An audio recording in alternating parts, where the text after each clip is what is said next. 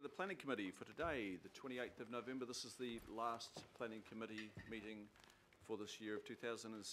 Welcome to all the members, members of the public and media that are following us, and formally open the meeting. Members, I'll just go through the agenda. Firstly, apologies. Councillor Casey for absence, Councillor Cooper and Collins for lateness, Councillor Hills on council business, and also Councillor Sayers on council business. Councillor Simpson, lateness on council business. Councillor Clow, early departure. Thank you for registering the early departure. I'll move those. Move those. Councillor Philip Pinder, do I have a second? I will then. All those in favour say aye. Aye. Contrary, no. Declare those that carried. No declarations of interest. Are there any further on any item, members? There being none, we'll move past to the confirmation of minutes, and I'll so move. Happy to second. Confirmation, 7 November. Thank you, Councillor Walker. All those in favour say aye. Aye. Contrary, no. Declare that carried. There are no petitions, so that takes us to public input. There has been one request, that's been deferred at the request request, and that's the Public Transport Users Association regarding trains to Huapai, and we'll hear that now in February. Local board input, none has been requested, though boards have been made aware of items on the agenda. For example, the endorsement of the Manurewa Takanini Papakura Integrated Area Plan. There is no local board input. Extraordinary items, there are none. There are no notices of motion, which takes us to the first item of business, which is item 9, approval of the draft Auckland plan for consultation.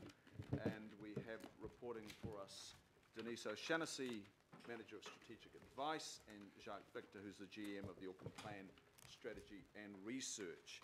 And that item, members, is on page 9. There is a lot of material. We had to include it on the agenda because we are signing it off today for consultation. I will so move the recommendations A, B. There is an addition. Do I have a second in the absence of the Mayor? Deputy Mayor, would you like to second that? And I should have recorded that the Mayor is an apology, I think, for lateness. Can we record that, please, on council business? He's tied up in a meeting.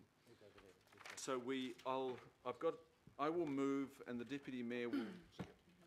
Oh, sorry, apology. The Mayor is with us. And there is an additional F, and we'll discuss that shortly. I'll hand now to Jacques Victor and Denise O'Shannessy. Good morning, councillors. Today we have gotten to a particular point in the process of the Auckland plan. We've all done quite a bit of work on it, and so here we are today to adopt a draft plan. I'm going to hand over to Denise in a second just to highlight a few of the key issues in the report. I just first of all wanted to say thank you very much to all the councillors and all the local board members who sat through many workshops, did the hard slog, gave us lots of direction in those workshops, and thank you very much for that. And I also need to thank all the people in the organisations that we worked with, and there were many of those throughout the process. They gave freely of their time and of their knowledge and all kinds of information, and they really helped us to get the plan where it is today. So just wanted to make sure that we thank them. It all came free, and so yeah. I will hand over to Denise. Just a few highlights. Good morning. The purpose of today is to seek approval of the draft Auckland plan for public consultation. As already noted in the report and in previous reports that we've brought to you, there's been significant engagement with stakeholders and partners throughout the preparation of this draft plan during 2017. There have also been a number of workshops with the Planning Committee where direction has been given and feedback sought. There have been 5 main series of workshops, noting that the number of workshops in each series was due to the need to cover off the same material for each outcome in the development strategy. So during February and March, there were 4 workshops setting the scene for the refresh, providing the rationale for the programme of work. In April, there were 4 workshops introducing the development strategies and the themes and setting out the broad strategic approach for discussion. During June to August, there were a further 6 workshops, and these provided feedback on the first round of engagement and proposed strategic directions and focus areas for each outcome. They also discussed urban areas that would form part of the development strategy. In September, October, there are a further 5 workshops where the draft content was provided for each outcome area and the development strategy. We also discussed the measurement framework and possible measures and the broad range of contextual information which supports the plan. That was also the opportunity to have a first look at the prototype for the digital plan. The final workshop in November provided a further opportunity to comment on the draft plan content and consider appropriate consultation topics. So that was the 5 series of workshops that have been held throughout the year, planning committee workshops, which were also attended by local board chairs and representatives. The draft plan we're putting in front of you today incorporates 6 outcomes and the development strategy, which combined will help us to address the big challenges and opportunities facing Aucklanders over the next 30 years. We're asking you to approve text and maps. There are graphics that will be developed as part of the creation of the website, and we're asking the subgroup that's delegated to sign off these visual elements as we work through those over the next couple of months. The draft plan is contained in attachments B and C, so that's the text and the maps. There's also an attachment A which provides a summary of the key essence of each outcome in the development strategy, but it's not part of the Auckland plan as such, so the key attachments are B and C. The attachment C contains the maps that are required to visually illustrate how Auckland may develop in the future, and many of these are legislative requirements. So they're a key component of the Auckland plan. They're just in separate attachments, just for manageability, really. The text in attachment P and B provides links to the relevant maps throughout. Attachment D is an overview document that will be used to support consultation. So it's simply a summary of the plan, and that will be translated into 5 languages plus easy read. Important point to note is that the digital Auckland plan will be the main platform for engagement. Development of that digital plan has already commenced, and once approved, the content that sits in attachments B and C today will be used to finish the build of the website. So we have to ask you to sign it off in the printed document form, and that means that a lot of that contextual information is placed at the front of the document and at the back of the document, but in reality that will be most of that will be accessible from the landing page. There's also a range of supporting information which provides a bit more detail, and that's accessed via click-through from relevant content in the plan. The digital plan's strength is its ability to easily connect to other relevant content across the plan and to enable more detail, or in the case of the maps, different views that help to provide greater understanding. So you'll note throughout the document yellow highlights, which is where we're actually in the website we'll be linking to other information. A joint 10-year budget and Auckland plan consultation was agreed by the Planning Committee in March, and planning is underway for this, and a joint consultation document will be brought to the governing body on 7th of February, so that will include the Auckland plan and the 10-year budget. Formal consultation will run from 28th of February to 28th of March. Following that, feedback will be considered and recommendations presented to the committee during 2 workshops on the 3rd and 10th of May, and the final plan will be reported to the committee on the 5th of June. Thank you, Denise. Denise, there's just one part, if you could explain the F, please. Yes, so that was an additional recommendation to take account of any joint work with government which may take place between now and the consultation. Between now and the end of the consultation period, so that we can make additions to the draft plan so that it's visible to people making submissions that there is some other work going on which may need to be incorporated into the final plan. Okay, thank you, Denise. Denise, you've outlined the process. We've gone through numerous workshops and meetings on this, engaging local boards, Independent Māori Statutory Board, key stakeholders, numerous.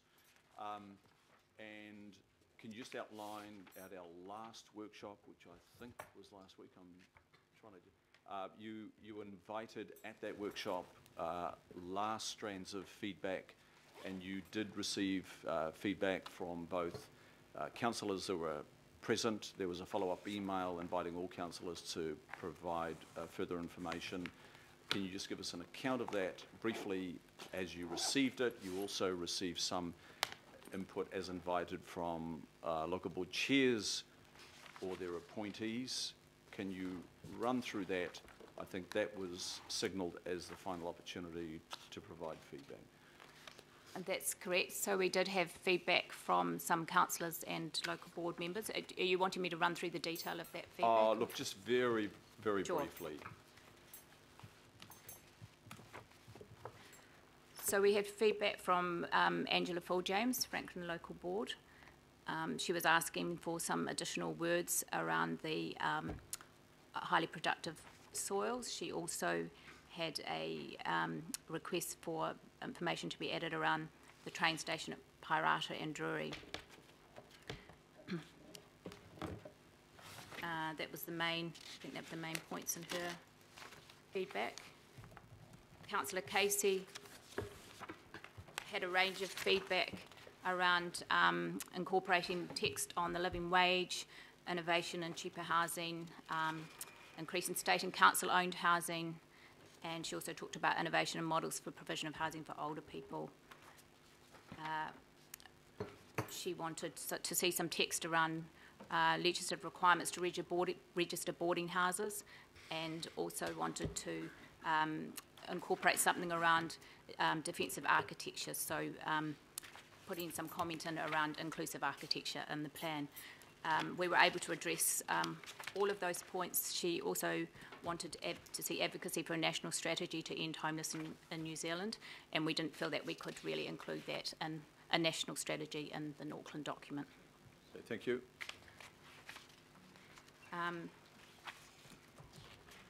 The Waitemata Local Board had a number of pieces of feedback. We were able to respond to most of those, although they did want to see they did want to see something more on the plan around the 4 wellbeings, and we responded that we felt that that was addressed through the integrated nature of the plan, which in fact addresses all of those wellbeings. They had comments around wanting to see a target around the number of road deaths in New Zealand, and we responded that the committee had decided not to include targets in the plan, but we had measures around that, and that was a focus area in the transport and access outcome. They similarly had a point around a target for net zero emissions by 2050. They had made several points around the need to include emphasis on public health, including alcohol harm, and we have actually addressed those in the latest draft.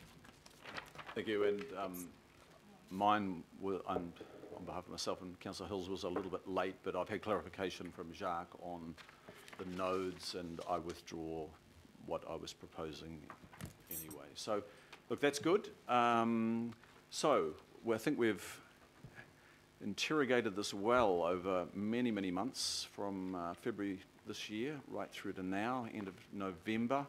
I think it's some 22 planning committee workshops all up, 9 planning committee business meetings. It's gone out to local boards with full reports on 2 occasions to draw feedback.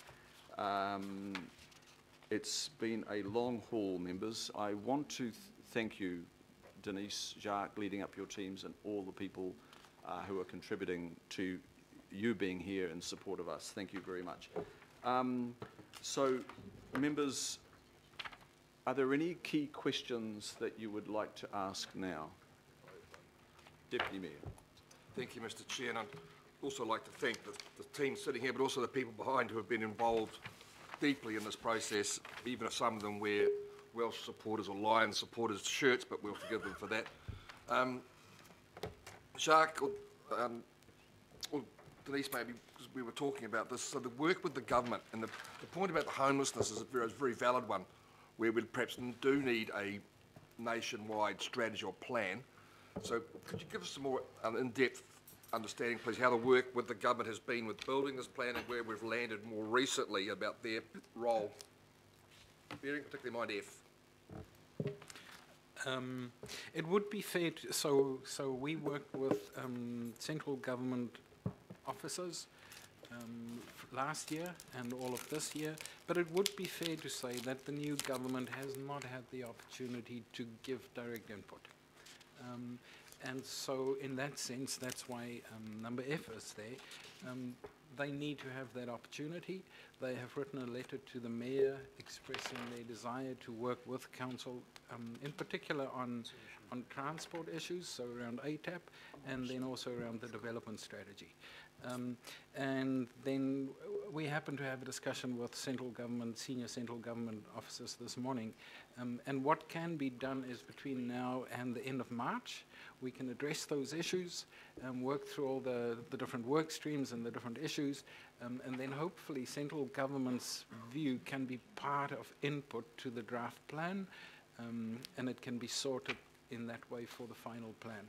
What number F really is about is, I think it is just fair to give the public a heads up that that work needs to be done, so that they know that central government will have input, and there might be things that change, just as they will have input.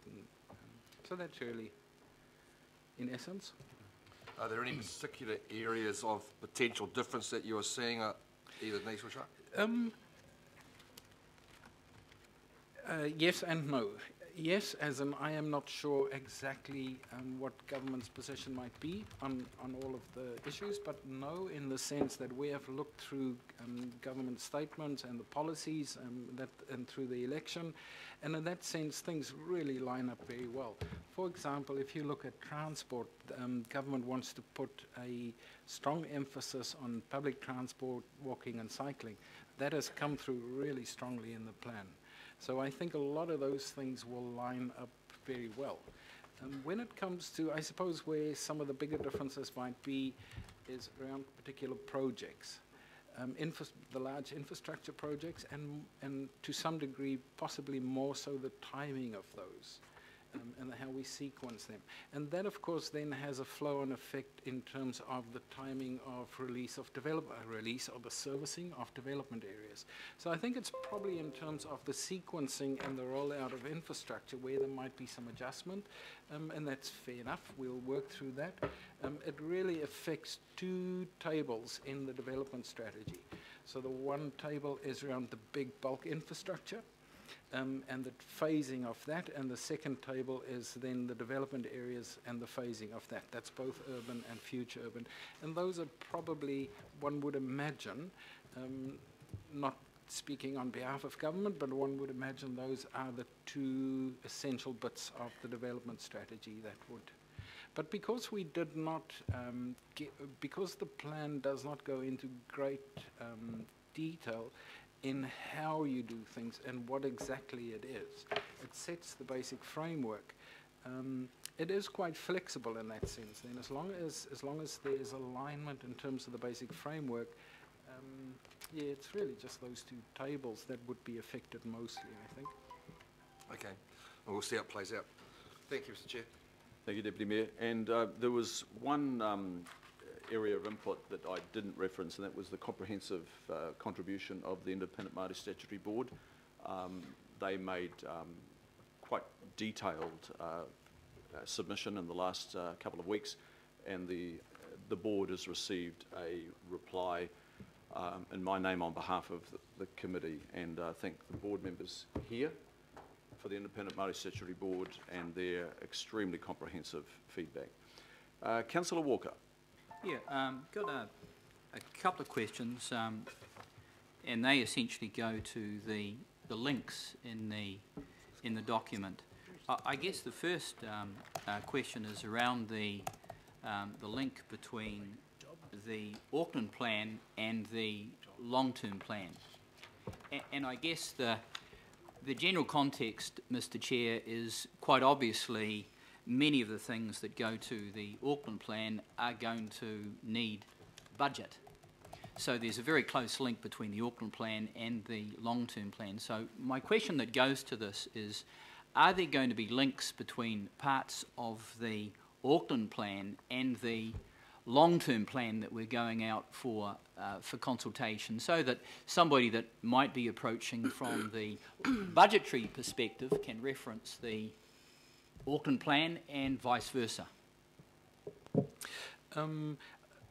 Because the two plans are being consulted on at the same time, that does make it a lot easier. So people will have the information on both plans in front of them at the same time. That's the first point. There is specific reference in the Auckland plan to the the main infrastructure, so those projects, and it makes it very clear that when a project is in the Auckland plan, that does not guarantee its funding through any other plan.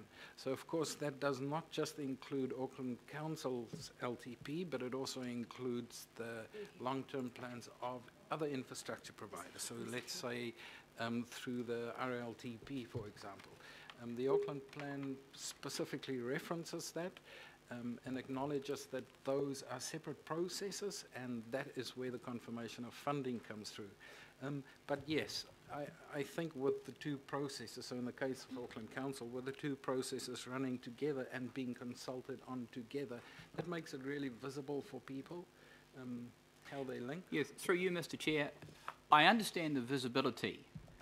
Specifically what I'm asking about is a link. So, for example, in the part of the Auckland plan that goes to environment, will there be a link from the environment section of the Auckland plan with the environment budget in the long-term plan?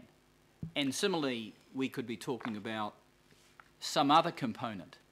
So my question is not necessarily around links, multitudinous links, but at least a broad link to the section of the long-term plan that marries up. Is that possible? We'll have to look into it. So at the moment there isn't that direct link, but that certainly is something we can look at. I suppose the one difference is the Auckland plan is a digital plan. The LTP is not a digital plan. So we'll just have to find a way how one could do that. So you probably can't link from the one plan electronically to the next, but we can do something where we can actually show and direct people to specific parts in the LTP. I'm sure we can have a look at that. Okay. Thank you. Through you, Mr. Chair, I think it's really important, and it's important for us to make it as easy as possible, and we should be able to do that. Yeah. The other question I've got just goes to other links. Are you going to be adding more links than what you have now? For example, I don't see a link to the State of the Hauraki Golf Report, for example, which is very useful. Similarly, there are other things like the Norwest Wild Link, high-level plans or reports that we've got. Are they going to be added as opportunities arise? Absolutely. That's one of the beauties about having the digital plan, is that we can actually link those things as they come along. So yeah, they're not all there today, but yeah, the idea is as relevant things come along, we can actually link them. So they won't be part of the Auckland plan. That's not what you're suggesting, I get. But yeah, we'll put as many in as that makes sense as they come along. I think to add to that, I think you recall in the workshop we described how the digital plan would be, and there were links to a range of things. A lot of the other things at the moment are in PDF format or whatever, so for now it'll link to an accrued link, but as those documents refresh they will digitise as well, and those links over the next, I don't know, 2, 3, 4, 5 years will get very sound, and this will become a suite that will refresh and be digitised. Thank you. Thank you. Councillor Hulse. Thank you, Mr. Chair, and I just want to echo your acknowledgement of the team who've done extraordinary work to pull this together. The only problem with a year of meetings and workshops, you kind of forget some of the stuff that you've put in, or I do anyway.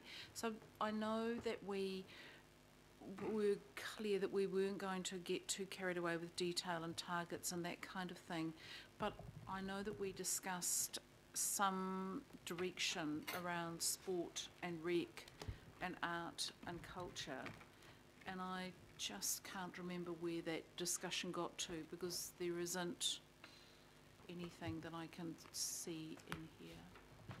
Jack, on that, we did discuss that at a workshop probably 2 weeks ago. Yep. Sorry, I realised that was why I was away. All good. Where that landed in the end, there was sport and rec, or there was also health and well-being generally.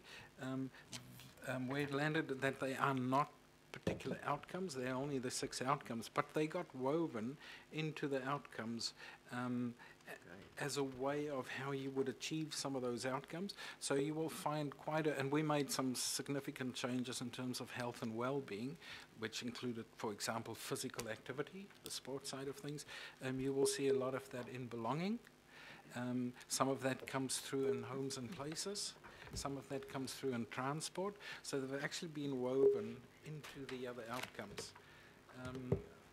At one of the sessions we had with some of the external people that we engage with, one of from the health board, I cannot remember the person's name for the life of me right now, but she made the comment that she thought it was extremely well done, and how in weaving it into the outcomes, it actually addressed the fundamentals rather than some of the symptoms. And so, for example, in the transport and homes and places, it talks about the networks and the things that enable people to get for physical activity. And they thought it was really well done in that, it addressed those fundamentals. But so belonging, homes and places, and access, and the transport and access, those are the key ones you'll find it. Okay. And from the art and culture perspective? So belonging, it comes through there as a way in how you create inclusion and how you create a way of people expressing their. You also find some of that again in homes and places, and even in transport, and how that is a way when we do different projects, when we create places, how you can play that out through arts and culture and as an expression of local identity or whatever that is. Okay, no, that's useful. Thank you, Mr. Chair. I think, we all know no matter how evolved we might get in our processes, if it's not in here, it becomes a very good barrier to not putting it in the LTP or our budgets. So as long as we can find reference, then that's important. I just want to acknowledge the strengthening of the environmental sector. I think section. I think it's excellent. Thank you. Thank you, Councillor Hoss. Mayor Goff. Thank you very much, Mr. Chairman. I just wanted to pick up on the question that the Deputy Mayor raised about homelessness, just to indicate that I've organised a meeting with the Minister of Social Development and the Minister for Housing and Construction with the NGOs involved in Housing First before Christmas. And what we're looking at doing in that area is building on the initiative we started with Amy Adams with Housing First, but trying to do it at a greater scale. So we've so far housed 237 people, including children that were homeless. The NGOs would love to raise that to about 1,900, which would really start to impact at that level. So it's about whether, I think the government is aligned in intention. It's always a question of what resources we've got. But also to pick up, Jacques, on your point about the alignment, I think there is good alignment in a range of different areas, particularly with affordable housing and social housing and the greater impact. And obviously F on our recommendations is going to draw that in so that we can take on board the goal of Kiwi Build to build 5,000 affordable houses a year in Auckland, and the goal of building 1,000 extra state houses a year. And likewise with ATAP, Jacques, which I think you mentioned, we'll be trying to get that into alignment as quickly as possible. We'll know the outcome of that probably in about 3 months' time. So it comes late in the consultation process, but we can still allude to it as the new government evolves its policies. So I just thought I'd make those points to bring you up to date. Thank you. Thank you, Mayor Goff. Well, members, this brings us to the probably the penultimate act, because the ultimate act is actually when we confirm it next year. But I again want to... Mr. Point of order, or for a clarification, Mr. Are we still on questions, or have we moved on? I'm happy to take your question, Councillor. No, I don't want to ask a question. I want to make I just want to okay, we'll make move comments. into... You can make a comment shortly. And we'll put your name here, Councillor Craigs. Thank you. So this is some huge work here. It's taken up immense resource from the Auckland Council organisation, Jacques' team, Denise's team. And I know a lot of you are here today, or actually it's only just a trickle of you are here today, because there's huge teams sitting behind this work. And I think on behalf of all the councils, Mayor and all the councillors and the IMSB members who are part of this committee, we wish you huge gratitude for the contribution you've made here. This is an enormous task. It sets out our vision for Auckland, and it's a grand vision for Auckland, and it's a vision for a future that's dynamic and changing almost by the day. So this is the way we share that vision with Aucklanders, and not just Aucklanders, but those in Wellington as well, mana whenua here in Auckland, and our key partners and stakeholders, but most importantly, all the people that reside in Auckland and that interact with Auckland. And not forgetting that last category as well, because that is quite a considerable category. It's a 30-year outlook, and it's required by statute. We're one of the few local government organisations that is required to look out so far.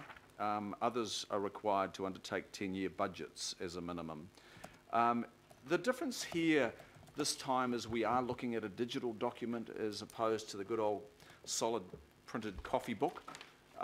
That digital document is some of the questions that have been raised here today about what can we link to.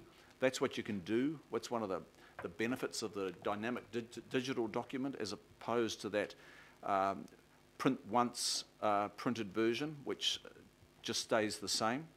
So over the next 6 years, until this is reviewed by a future council, it can be updated with new data that's coming through. It's more spatial, and it is definitely more streamlined. And I think being more streamlined, it is more legible, readable, and it can be grabbed by Aucklanders, and particularly by our own staff and those that might need to call upon this document to guide their work. I think it is a lot more accessible, this particular way that we are doing it. It addresses all the big key issues, and it follows the 6 key outcome areas with a development strategy. They are the key parts of this plan to read if you are considering this work before us now. And that development strategy is likely to change, and I will come to that. It shows us not just where Auckland is going to grow, but also how Auckland is going to grow over the next 30 years. And it provides some certainty that will be then further reinforced by our other strategic and delivery plans. And of course, it does respond to the national policy statements that now guide us as well. So this document, members, is for all of Auckland. We've heard about that before. It's for central government, the private sector. It's for the utility providers, for example. It's for all of our people, including mana whenua. And again, I'm really very grateful for the quite demanding time that has been allocated by councillors. There have been quite regular attendees, and we remember you, everybody. Local board chairs and their appointees at all those workshops and meetings, and IMS, Independent Māori Statutory Board participation and huge contributions as well.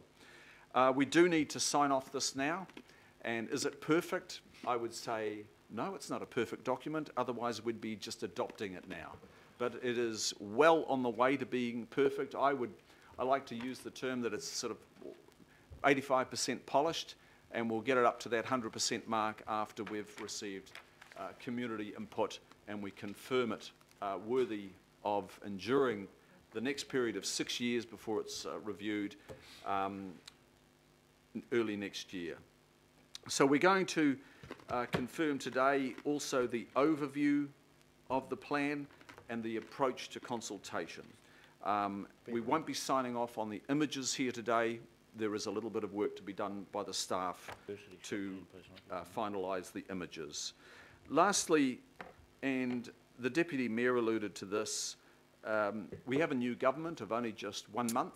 That government has hardly had a chance to put its feet under the table and get its officials to look at our work. That's understandable. It's very early in its days, but we know that the government has conveyed to us a deep interest in the Auckland plan. I'm expecting to see some significant contributions coming through from government in the new year once it's landed, say for example, its government policy statement on transport. They have already signalled strong interest in reinforcing public transport and active transport in Auckland. They've also signalled an early updating of the Auckland Transport Alignment Project. They've also signalled just recently an interest in developing an urban development strategy. So all good things, big focus from the government on public transport, housing, urban regeneration, and that is all reflected in our Auckland plan. So we'll see some further refinements and final adoption of this in the coming year of 2018. I want to end where I began, and that is, please, Jacques, Denise, take our appreciation back to all your teams. This has been an immense year for your people on behalf of us, so thank you. Member Ngamati. Oh, kia ora. Ngā mihi. I just wanted to firstly acknowledge your response, Mr. Chair, to the board's advice that we did receive last Friday. And you also know that we acknowledged both Jack and Denise's team in the professional and collaborative approach that they've worked with the IMSB. We think that this has been an example, at least in terms of the relationship between the IMSB and Council, a really good working relationship where we made solid progress on those matters that were certainly of interest to us, and so we commend you, Council, and Jacques and Denise and your team on that. When we do, of course, look forward to some ongoing work in relation to the Auckland plan and long-term plan measures and how they all connect. When we embarked on becoming involved in the Auckland plan, we had a few drivers that we wanted to achieve. Of course, our role is to advise and monitor Council's work, and in the context of this, the Auckland plan refresh. And we wanted to ensure that the board's issues of significance document, the Māori plan, Māori values and interests strongly informed the Council's work streams in the plan, and at this point in time we're satisfied that we've kind of dealt to that. We wanted to ensure that when talking about Māori wellbeing and the contribution of Māori and Tāmaki Makaurau, that it was informed by the best data and evidence, and we're feeling confident that that has been the case. We were wanting to ensure that throughout the document that the Treaty of Waitangi and the Treaty of Waitangi principles and its variant applications were infused into the Auckland plan, and we believe they have been. We strongly sought a Māori the retention of the whole concept of the Māori identity being the point of difference in the world, Auckland's identity. And we're very pleased to see that that's found its way through from the previous plan into the new. And really those good things that were in the previous plan from our perspective have been built into the current refresh. And we also wanted to make sure that in the engagement process that you were taking on board Māori views, Māori plans, and actively engaging with mana whenua and mātāwaka, noting that today is about approving it for consultation, so there's going to be more opportunities. But, you know, we commend that part of the process too. So really, in summary, the IMSB commend the plan, support the plan to be released for public consultation, and we look forward to ongoing engagement on it to continue to improve it to its end point. Thank you. Thank you, Member Namali, and thank you to the IMSB. Councillor Mike Lee. No questions. Thank you. Councillor Wayne Walker. Sure. Just have another question about links. Given that the Auckland plan is a plan for Auckland, is it possible to have links to organisations that may have a relationship?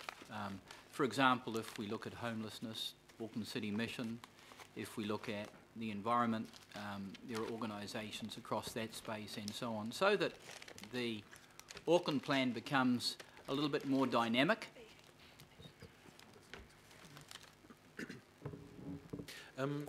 Again, absolutely. Denise just reminded me, you will see some of those links are already in the implementation section. It jumps to some of those other organisations and their sites. As we build the site, we can put more of those in.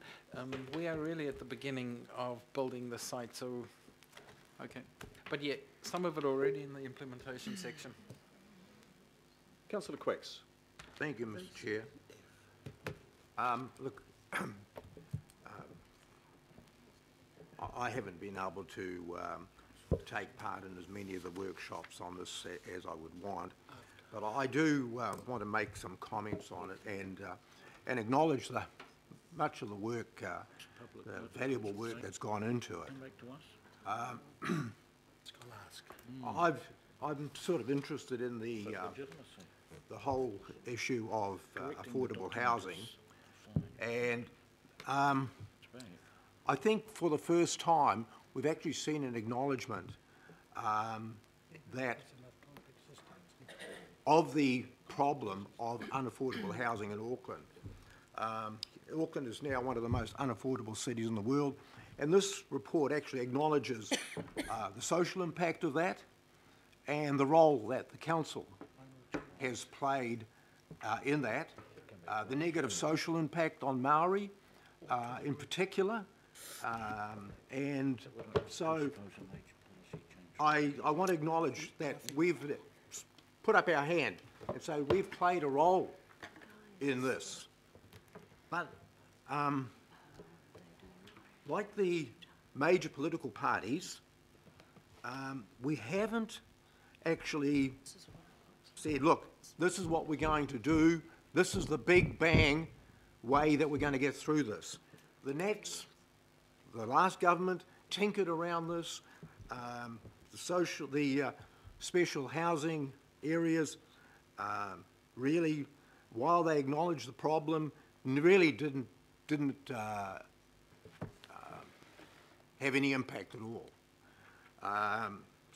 The problem has just got worse over the period from 2008 to the end of this government, and the only big bang solution that I've seen that's being put out there is now being put out by the Labour Party and Phil Twyford. And I want to acknowledge that at least he's come up with a plan that actually addresses the shortage of land the scarcity, the artificial scarcity of land.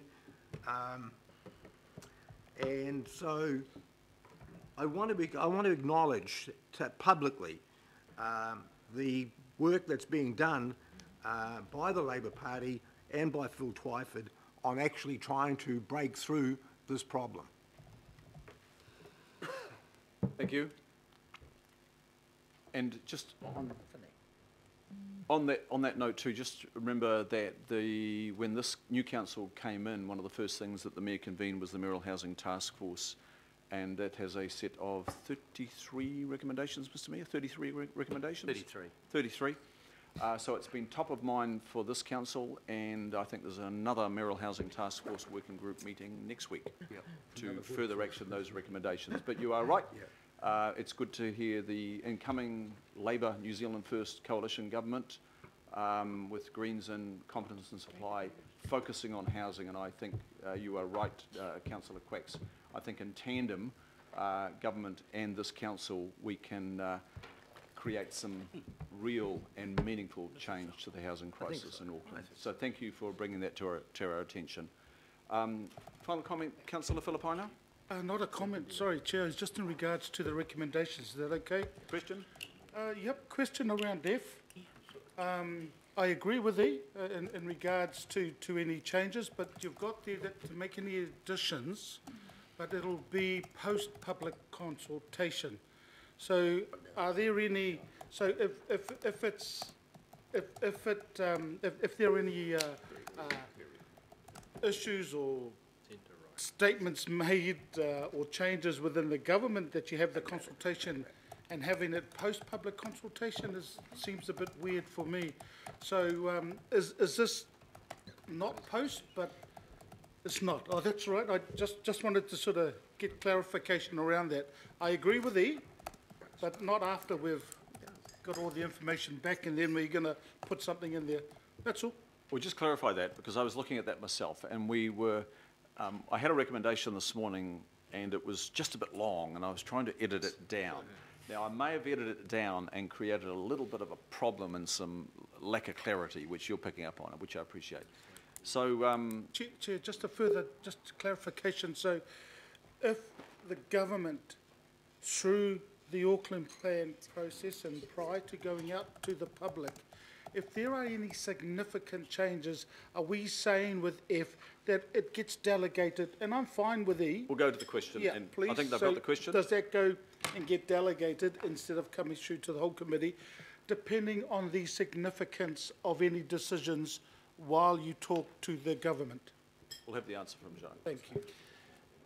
Yeah, the point of F is, you're right, it doesn't read right. The notation, I'm going to call it, needs to go into this draft document and into the summary document to give the public notice that the new government will be part of the process and there might be some changes flowing from that. So yeah, it's not the post-public consultation needs to sit earlier in the sentence. The change must go in now. Does the word post-public consultation need to be there at all? Perhaps not. No.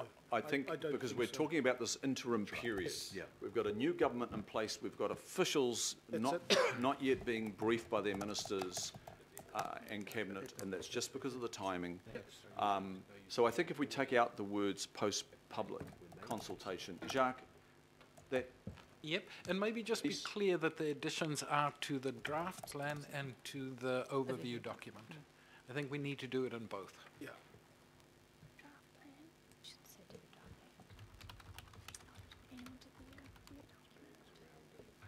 Draft plan and overview document. Thank you.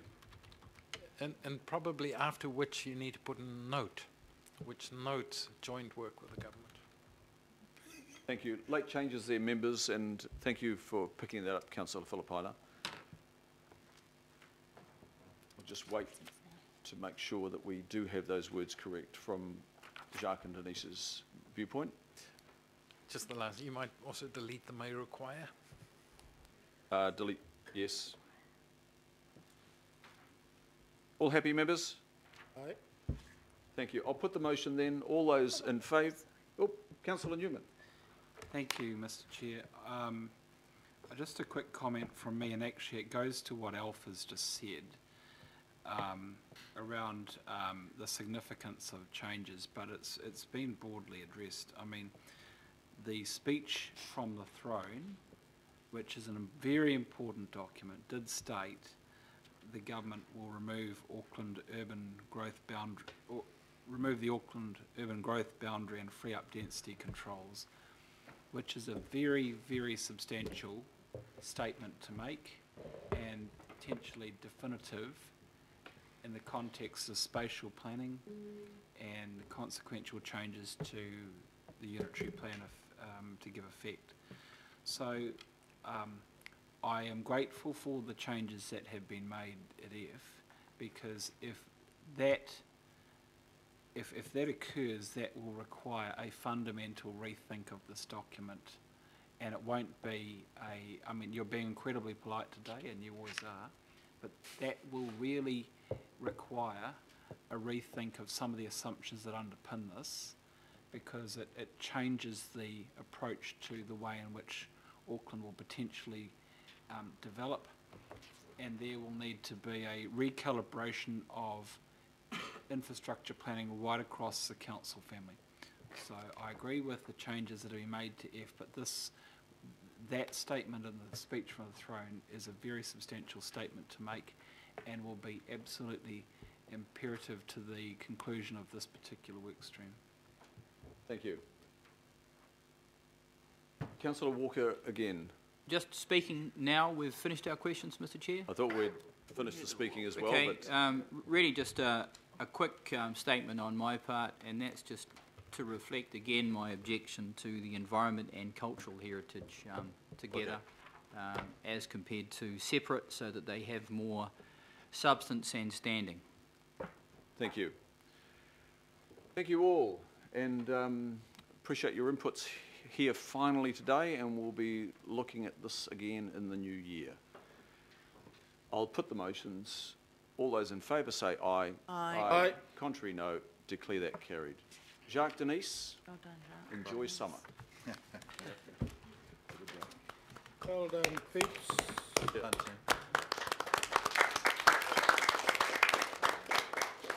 You're sharp. Thank you, Councillor Filipaina. Sorry. Very kind of you, Alf. We'll go to item 10, members, and we go south to the wonderful area of Anuriwa, Papakura and Takanini. That's the integrated area plan. And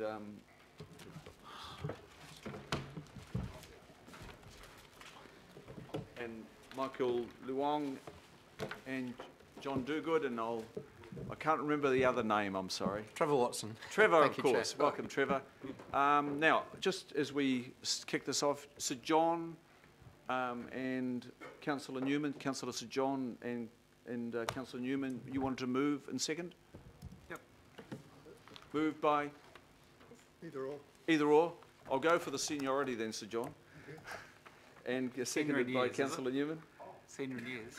Sorry? Senior in years. Something like that. And John, in your hands? Great. Thank you, Councillor Darby.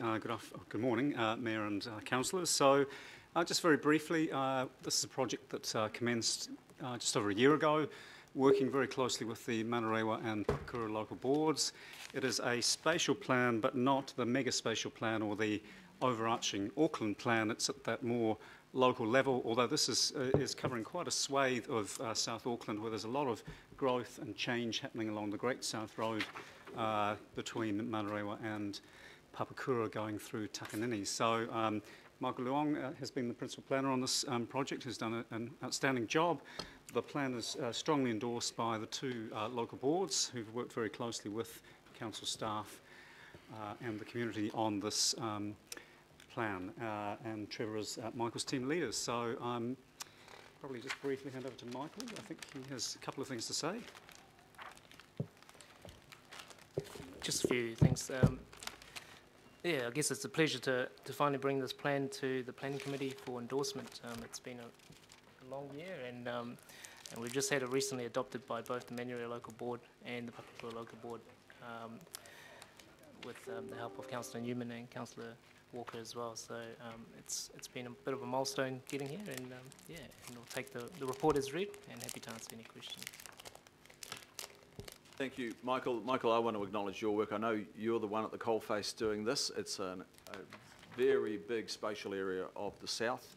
South's a big focus for us. I want to acknowledge your really constructive work down there. All the feedback I've heard from the boards is they've been delighted, absolutely delighted with the engagement between themselves and yourself and your teams. Thank you. Members, yesterday I proposed to the councillors that in addition to, on page 362, you'll see a message from the joint boards. I proposed a message from the councillors who represent the ward as well, and Councillor Sir John Walker and Councillor Newman, and I think you've both agreed to that, and I'm sure one or both of you might refer to that.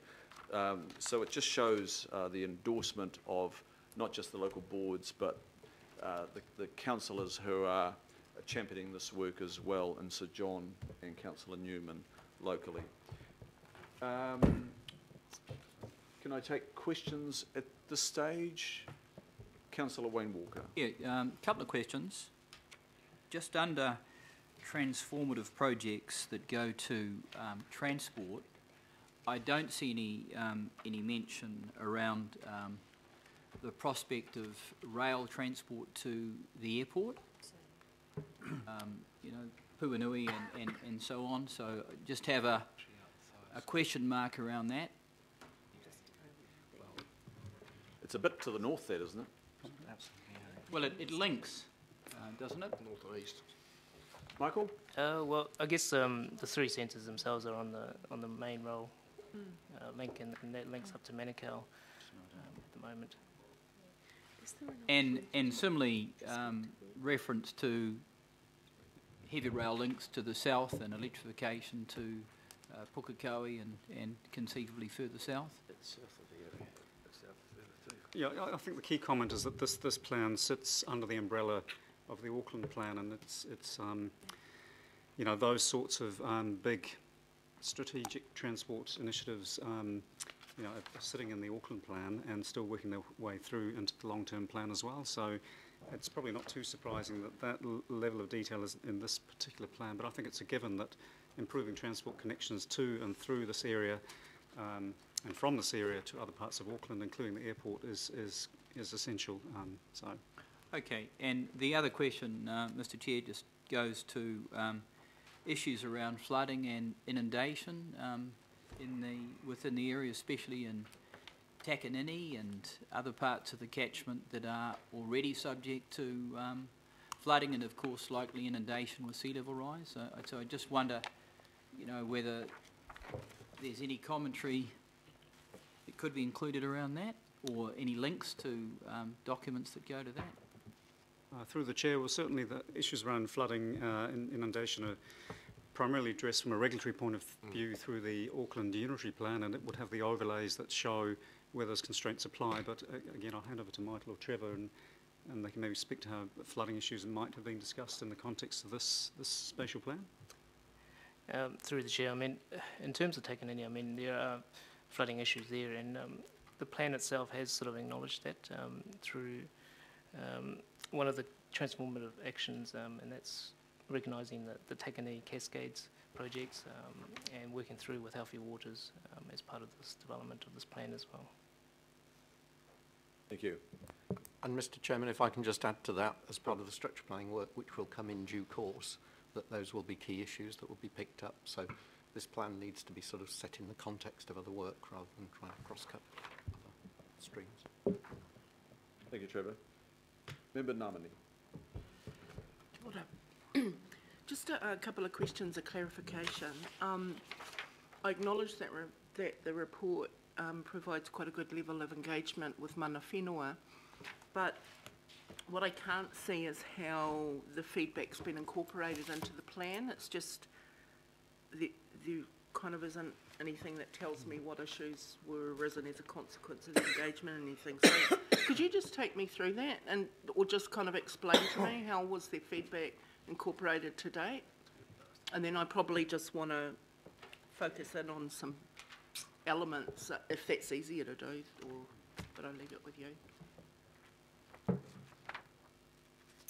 So in terms of the feedback, especially from mana whenua, the key feedback we received was basically in relation to the Manukau Harbour and the streams, Pinaway Stream in particular, and mainly about sort of cleaning them up, and there was a need to really allow access to the harbour as well.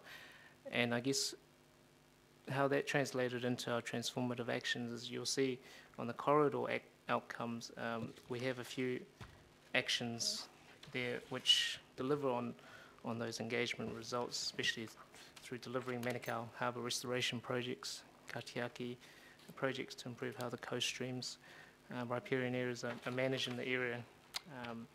And also if you go through the specifics like Manurewa and Takanini, there's references to restoration of Punui Stream as an action. So it's a given, like, because it's not clear in the plan itself that, like, for example, mana whenua will be partners in that process or engaged in those kind of projects, Manukau Harbour restoration, Puhunui Stream. There's no kind of reference that connects them to that body of work. But that's as long as that's the intent. It's just that I'm not seeing it in the writing, in the narrative. Just to add, I mean, mana whenua have been partners in this project, and we have sort of continued that through the many workshops we have with the local boards, and we will continue that through to the implementation and delivery of this plan. So there'll be an opportunity post this for further engagement, because I'm just mindful, like, for example, on page 363, Story of the South, there doesn't seem to be a base of the history of mana whenua. If I kind of, but there's other elements. So I just,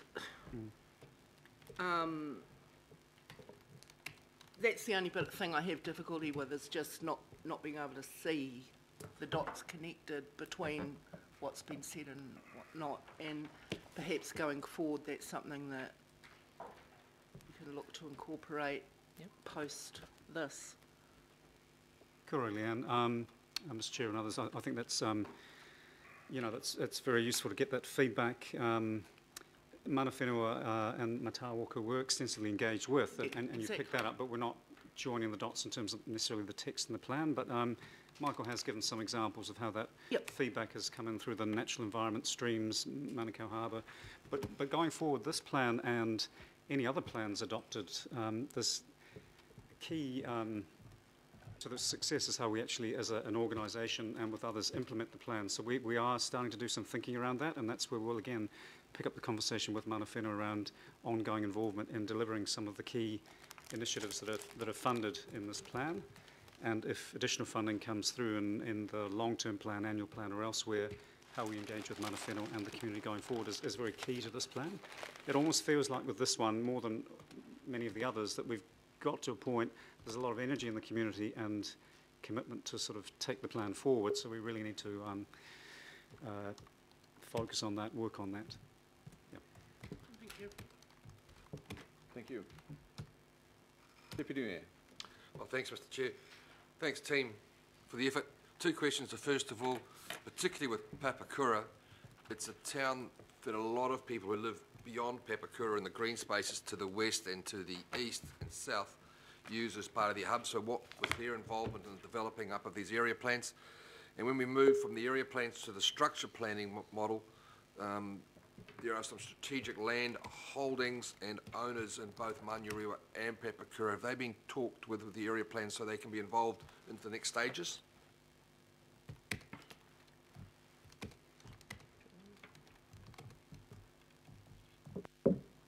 We've done quite extensive consultation, and we haven't actually specifically targeted those people who live directly outside of those areas, although one of the consultation streams that was very successful actually was picking up a lot of the commuters on the trains.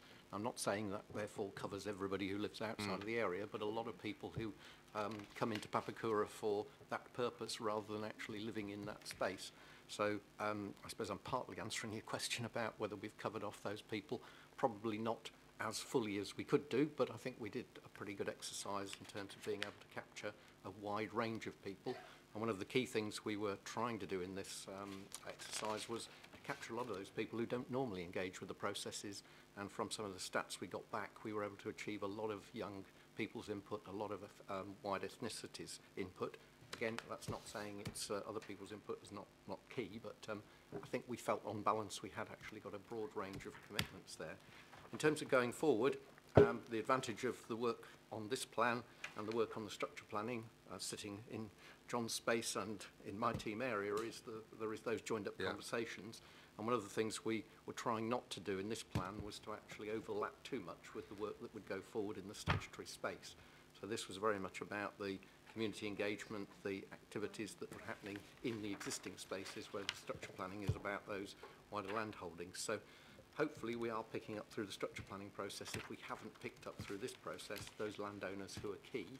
And I don't think they are disadvantaged by the way in which this plan's contexted. They can be picked up through that structure planning exercise, which is now working through. So I hope that's a sufficient answer. If not, I'm more than happy to comment further.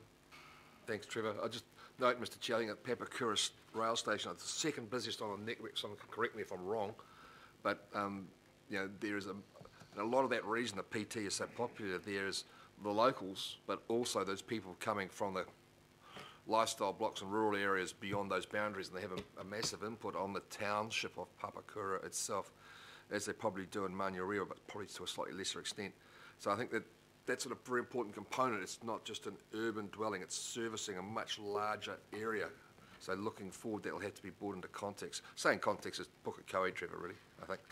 And I know with the potential landowners and the key strategic landowners, we're going to start upbuilding and higher rise apartments and so forth going forward into the structure planning. Then there are some real key landholders in that area that would need to be part of that process. We're going to get it joined up nicely. So thank you, Trevor. I know you do great work. Mr. Chairman, if I may just make a couple more comments.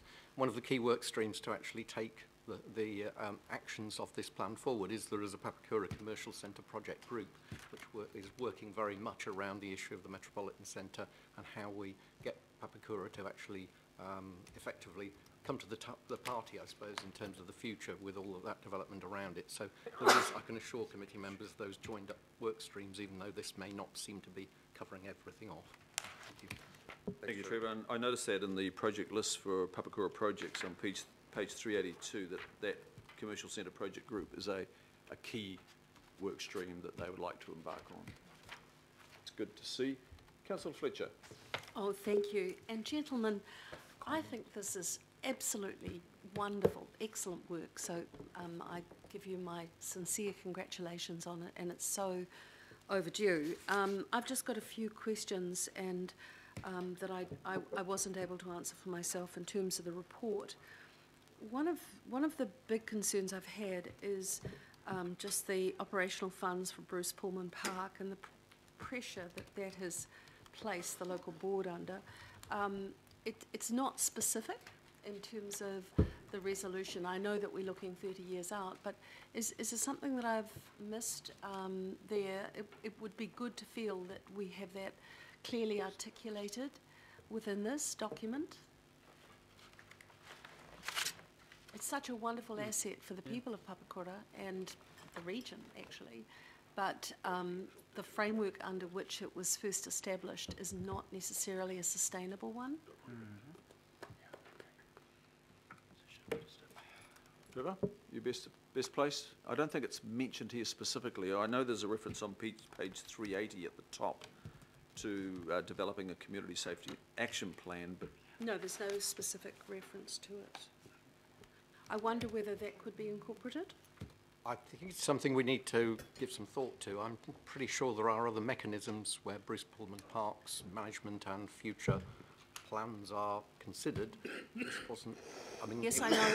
In the last term of council, I had the opportunity of chairing parks, and I can tell you that this is a conundrum for the council, and I think that in terms of having integrated planning, you know, which is going to cross all of the council family, it would be helpful to have that explicitly referenced. So that was one question. Also, is there the opportunity for some work to be undertaken in Takanini retrospectively? You know, there's some very dangerous situations that have arisen out of poor planning, where people will go into countdown and there's no connectivity to the next mega mall there. People come out on the road and they're going back in. It's incredibly dangerous. I tried through Auckland Transport to try and have that directly addressed, but it comes back again to integrated planning, where it's then not possible for Auckland Transport to deal with it because it becomes another issue for our planners. So I wonder, can you give me, Michael, a sense of the ability to be able to take forward some of those little quirks of history and deal with them retrospectively, or at least attempt to deal with them retrospectively? Michael? Through you, the Chair, I mean, it's things like that. I mean, we have picked up as part of our engagement, and the community have told us that, you know, safety issue is a big concern in Takanini, and we have sort of taken that through to some of the transformative actions for Takanini, and we do acknowledge that there are many players involved, not just the landowners, but AT, and it's something that we will have to continue doing and talking, and through the delivery of some of these transformative actions. So the safety issues with it, but I also put it to you, it's the cause of some significant congestion in Takanini because people are having to come in and out of these different developments, and it's just a madness that they were never planned structurally to avoid that. So I just put that on the table. I note that for most of the Papakura initiatives, they are unfunded. And the Deputy Mayor makes an important point where there are going to be a lot of investors that will want current landowners that will want to feel that they can have their say. But I really hope that in terms of Central Park, given the importance of the Papakura rail station and the development of park and ride facilities, that can really, the connectivity in terms of Papakura as a town centre that services a wider community, that can have strong consideration. Mr. Chairman, I wonder whether you would entertain, in addition to the recommendations which are delegating the authority for the sign-off of this document to the manager, I wonder whether you could just incorporate also the ward councillors, because I think just one last scan would be quite good, because this is a really important document and there's been such valuable work put into it. Whether you would entertain, well, I suppose it's the mover and the seconder, but I would like to see the two ward councillors being able to give their final approval to it as well. Look, I'm happy to have those additions. They are for minor editorials. Look, I have a responsibility. I was comfortable with the staff management. If there is going to be the addition of the councillors, I would have to have my name there as well. I have a responsibility and IMSB. And the IMSB. We've got some outstanding well, Mr. Chairman, so I'm happy might I suggest then that the mover and the seconder incorporate that? There is a precedent on virtually every other plan that we actually ensure that there is political input. We'll have the, in addition, it'll be by addition actually, and the chair of the committee, ward councillors, and representative of the Independent Māori Statutory Board. We don't have one. Went to Parliament. And a representative of the Independent Māori Statutory Board. Which is yours. Satisfied, Councillor? Thank you. Thank you. Good work. And that's just for the minor editorials. Thank you. Mayor Goff. Oh, thank you very much, Mr. Chairman, and just congratulations to the team, both on the process you followed and the plans that you've come up with. I was at a function in Clendon this morning with the chair of Manarewa Local Board, Angela Dalton, and she said this was the best consultation process she'd ever been engaged in. So whatever you did it well. My questions, though, the plans look really good. The thing that stands out on the plans is that most of them are unfunded. And I wondered in the consultation process whether you considered in that funding options and also what sort of prioritisation you might give to the various projects you've put forward. Are they listed in priority order, or is that simply a random order? Mr. Chair, to the Mayor, so there is a column in the table of actions with priority high, medium and low. Yeah, I just wondered, a lot of them are high and a lot of them are still unfunded. Correct. Are they in a priority order as listed? I'll hand over to the team in a second, but just to make a brief comment, some of these initiatives will potentially work through various bits of feedback on the long-term plan from the community in these areas. The local board, I think, potentially will be sort of advocating for some of the things that are currently unfunded to either receive funding through the long-term plan or future iterations of the long-term plan. But I'll hand over to the team to talk about what alternative funding discussions may have happened with the community and also the question around the ranking. Thank you. Yeah, I guess in terms of the priorities, a lot of them were seen as priorities because these were the very transformative projects. We do acknowledge that in terms of area plans, you do get aspirational actions that are not necessarily funded at this stage, but in terms of the shorter one, we do have a few that are funded, and some that I think as part of the delivery and implementation will need to be worked through with our internal stakeholders and external partners in terms of how they would be delivered. Thank you. So, Mr. Mayor. Thank you, Mr. Mayor. And Councillor Newman, please. I'm a comment, not a question. That's fine. We're taking comments now. So firstly, can I just thank Michael and Trevor for what is a very good report, which is a culmination of an excellent piece of consultation and engagement. It has been very impressive. I've had a little bit to do with that, and I have been heartened by the work that has taken place. Chair, I think if there is a piece missing, it's actually the council itself in terms of, look, none of the areas, Maniarewa, Takanini, Papakura, they're not transformations, they're not unlocks. From a Panuku perspective, they're not there. They have been identified as priority areas for planning, but they are not there in terms of on the radar for Panuku, and we're trying to get these areas on the radar. I was asked yesterday whether I'd be prepared to pen a message, a reflection. So in summary, what I have submitted is that this area plan is a synthesis of some excellent planning and placemaking work led by the council in partnership with the Papakura and the Maniarewa local boards and with other stakeholders. I think it provides valuable insight into the priorities and aspirations of those communities. It does recognise their role within the landscape of an evolving part of the Auckland region. Chair, the unitary plan process identified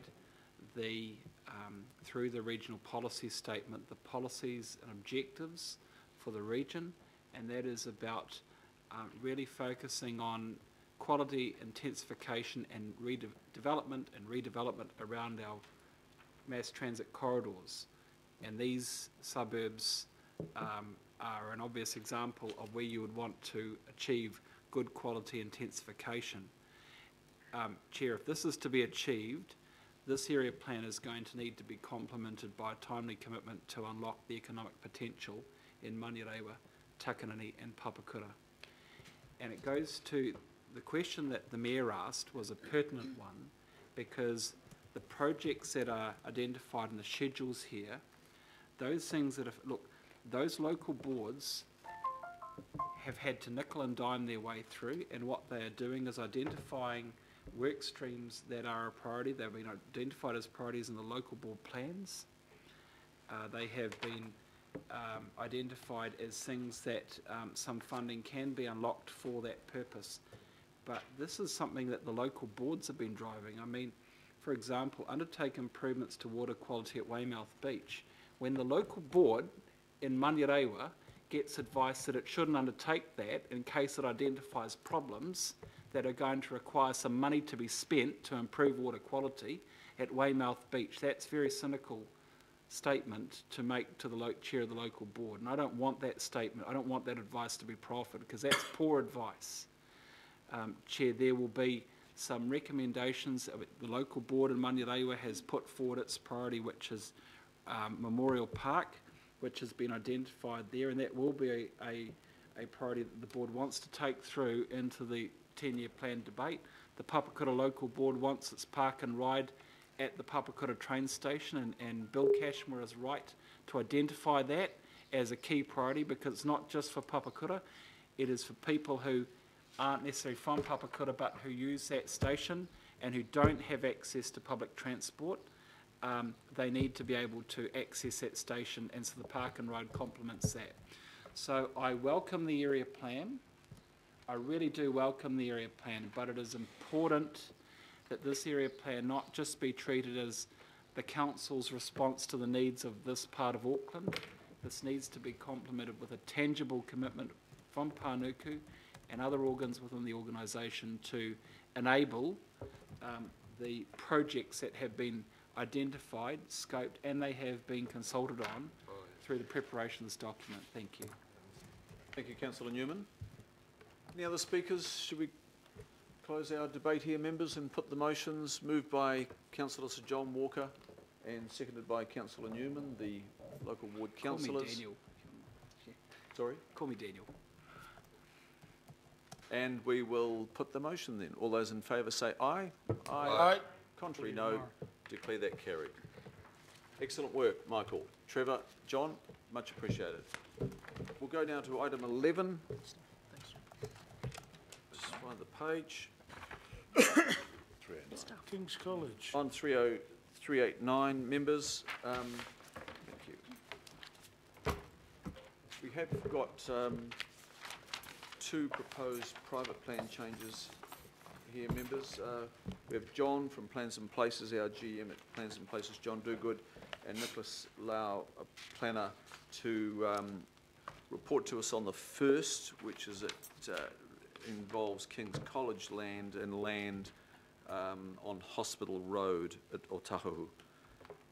John, you've reflected the very important questions that need to be asked of us in the report. 6 key questions why we should be considering a private plan change in such close proximity to confirming, which is almost all of the unitary plan. Can we have your report here orally today in support of the written? All right, so for this particular private plan change request, I guess one of the key reasons for recommending to accept the plan change and allow it to go through the process of submissions and a hearing is that the matter was not specifically considered by the independent hearings panel. At that time, King's College had no particular interest in acquiring new land adjacent to the current school or divesting themselves of some of the existing sites. So it's all about rationalising the school grounds to make the school more confined within a more usable area. Part of the school campus is disconnected, as you'll see from the aerial photograph on page 391 of the agenda. The portion to the northeast, top right-hand corner, is the portion that the school now feels is better to be sold on, and they've acquired some land in the southeastern corner to keep the overall area roughly the same, slight reduction overall area, but a more usable site. So this whole discussion didn't take place during the unitary plan hearings. It wasn't something that the school themselves at that point in time had concluded was the best way forward. So for that reason and the fact that it meets the other statutory tests, we are recommending that the council accepts this private plan change request. We're still in the 2-year period from operative. So we're 1 year in, 1 more year to go where it's a lot easier for the council to reject a private plan change request, particularly if it's been heard by the independent hearings panel. But for this one, we're saying it wasn't really considered by the hearings panel, so we do support it. But any more specific questions, Nick Lau, our principal planner, I'm sure can answer those. Okay, members, it's moved by Councillor Filipina. Do I have a second? I'm happy to second. Councillor Fletcher, thank you. Questions, members? We used to beat them in football, so. Are there any questions at all? Okay, members, you heard in John's introduction, I think we need to be careful with these private plan changes, considering that the unitary plan is very recent. In fact, it's not quite landed in full. We're probably about 95% confirmed with the unitary plan. But as I expressed some concern with staff when I first saw this report, you will remember that we actually passed a motion that there needed to be significant, I think the words were significant reasons, John? Yeah, something of that nature. I've personally examined this, and I've asked the staff to examine this very, very closely, because I don't want to establish a precedent here. I think it's very important that we don't establish precedent. So first, John, there is no precedent established here if we were to accept this for processing. Well, there's always a precedent, but it's not an adverse or a negative precedent for the council. The precedent is simply that this was a matter that wasn't specifically considered by the panel. So and that's the key. Yeah. That's the key answer, members. That this is not a relitigation of something that might have been before in the earlier process. This is a new situation, and it's an opportunity to swap some land. So I will be lending my support and recommending that we do offer support here today in your vote for the motions before us. Is there anything else members would like to add? Councillor Watson. No, just a question in terms of precedent. Then obviously, in any other circumstance where there's something that wasn't before the unitary plan, where there is an issue such as this or different, then that will be eligible for a plan change in the same way. So there's nothing particularly remarkable about this plan change, is there, other than an issue has come up that the owners wish to address? Yeah, so Mr. Chair, or through the Chair rather, yeah, we could have similar examples over the next 12 months before we're through that 2-year period, and we would default to the tests as in the Act as set out in the report, where there's quite a clear structure under the RMA for testing things like, is it contrary to sound planning or resource management practice? If it meets that gateway test, you know, is it contrary to various parts of the RMA as a whole? So, yeah, there are some strict tests, but anything would have to be assessed against those, and those provide the safeguards for things that are clearly, they may not be relitigation, but they are contrary to good practice. So, yeah. Members, those tests, for your benefit, are outlined, 6 key tests on pages 395 and 396 through to the early part of 397. You ready for me to put that motion then? Yes. All those in favour say aye. Aye. Aye. Contrary, no. Declare that carried. Thank you, Nicholas and John. Well done, team. Yeah, very well done. Always tough. We've got a second private plan change that's reported to us on 12. Geez, I hope that's not a precedent. Item 12.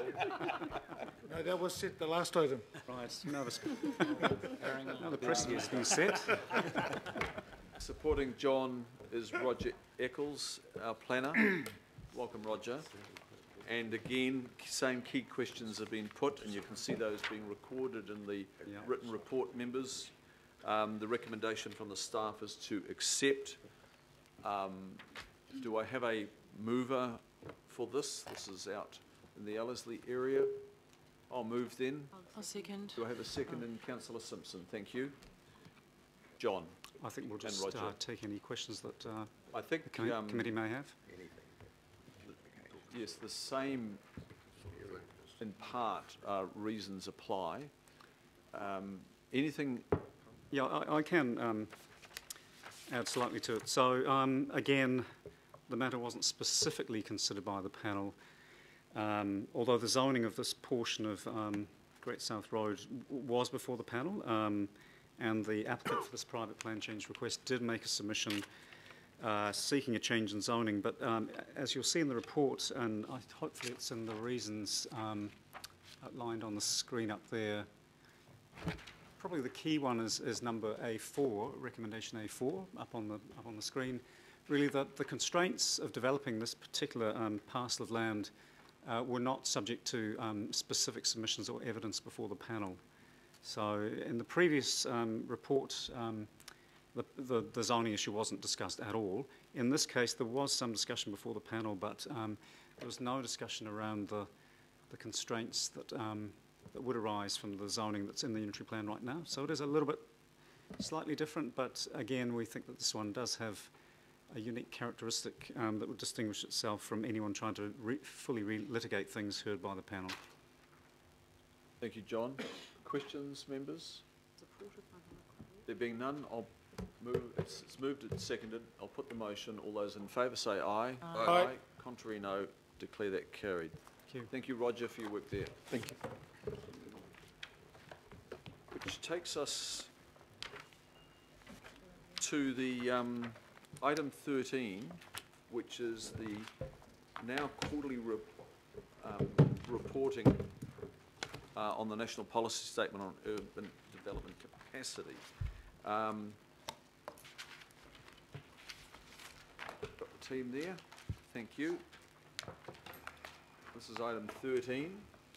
And with Jacques Victor, we have Regan Solomon from, Regan is our team manager, land use and infrastructure, and Chad Hu, who's a growth analyst at REMOVE, our research unit.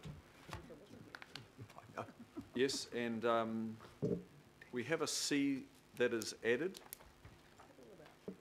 and I think the next report will be February, and Chad is likely to explain the syncing of which quarter so that we can be in closest proximity to the data coming in. So thank you, gentlemen, for your written report. If you could cover off any other matters. Good morning, councillors. My name is Chad Hu. I would like to present the first official issue of Council's quarterly monitoring report on our urban development activities and outcomes. This report will be updated as Councillor Darby said, on a quarterly basis. Here are some quick facts of this research finding. Majority of residential developments are occurred within our existing urban environment. Single detached housing development are still the preferable type of dwellings.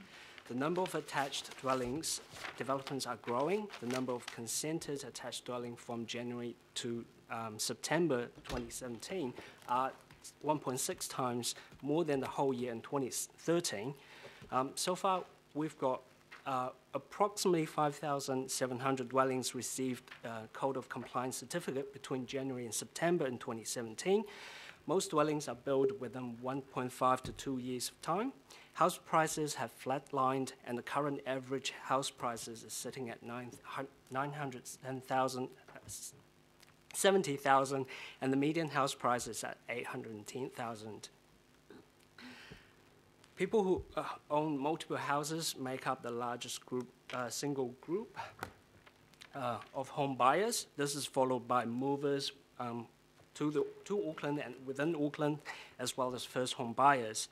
Rental prices have increased. The average rental price for a typical 3-bedroom house is over $550 a week for most suburbs that are within 30 kilometres of the city centre. And over 450 metres squared of floor space have been consented within the business zones, and the estimated value of construction work exceeds $1 billion. A third of them are within our industrial zones, another third are within the city centres and local centres, and the remaining third are within our general business zones.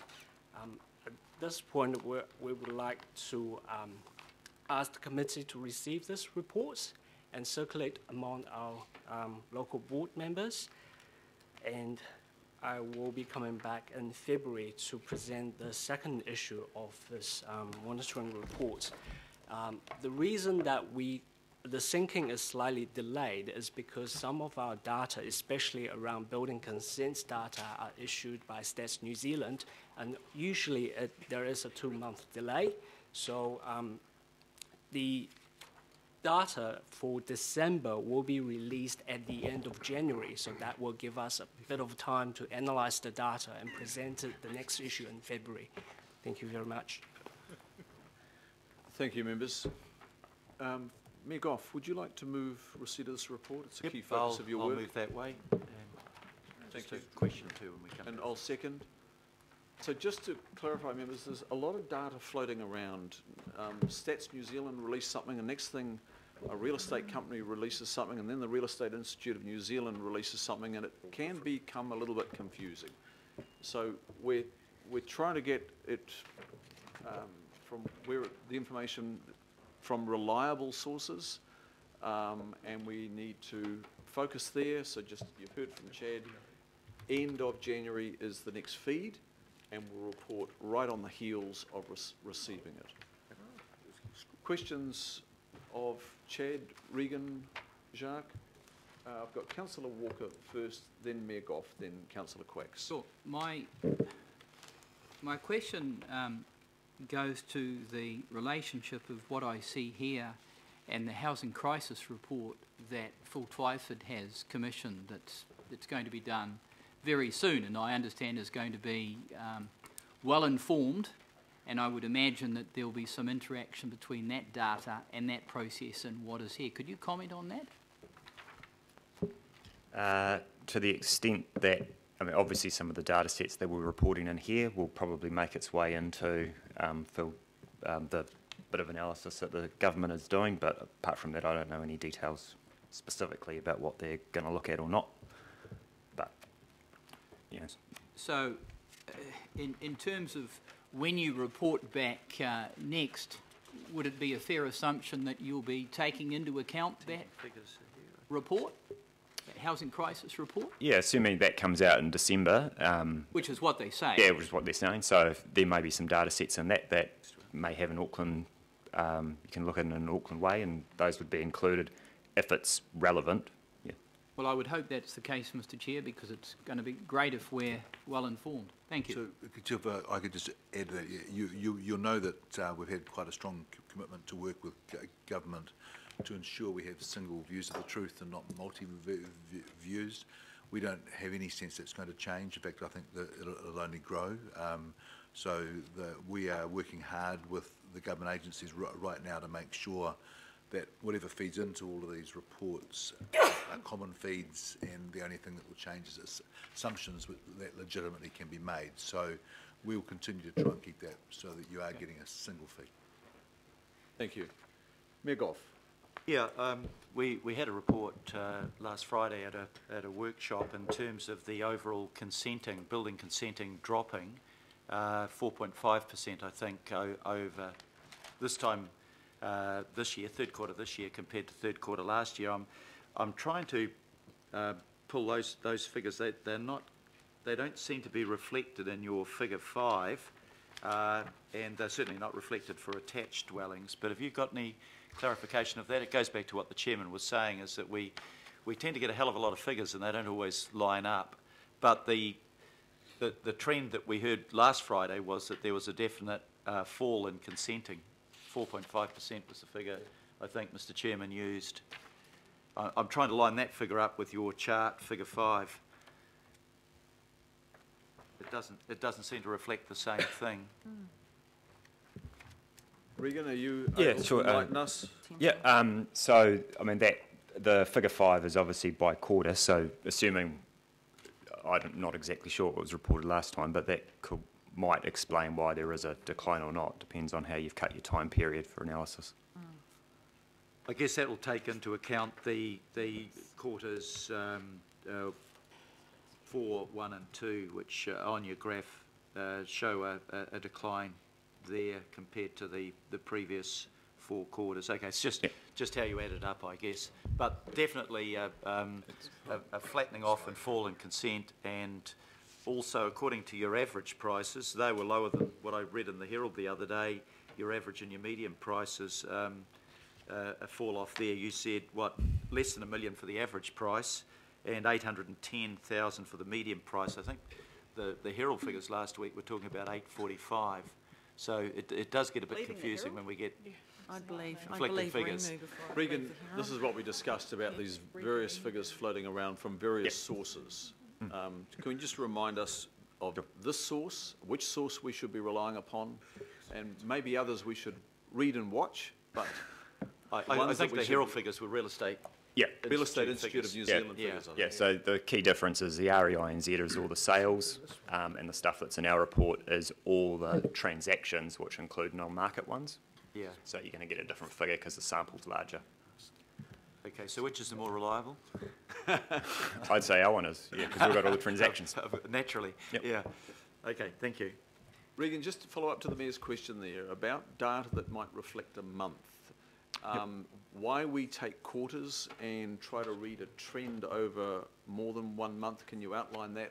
I think it's related. If you get an application come in, or you get a CC that's signed off for a big development, you're at risk of making it appear like you've succeeded, but maybe you haven't, and vice versa. Can you just maybe just expand on why we're taking quarterly reads as opposed to just small snapshots?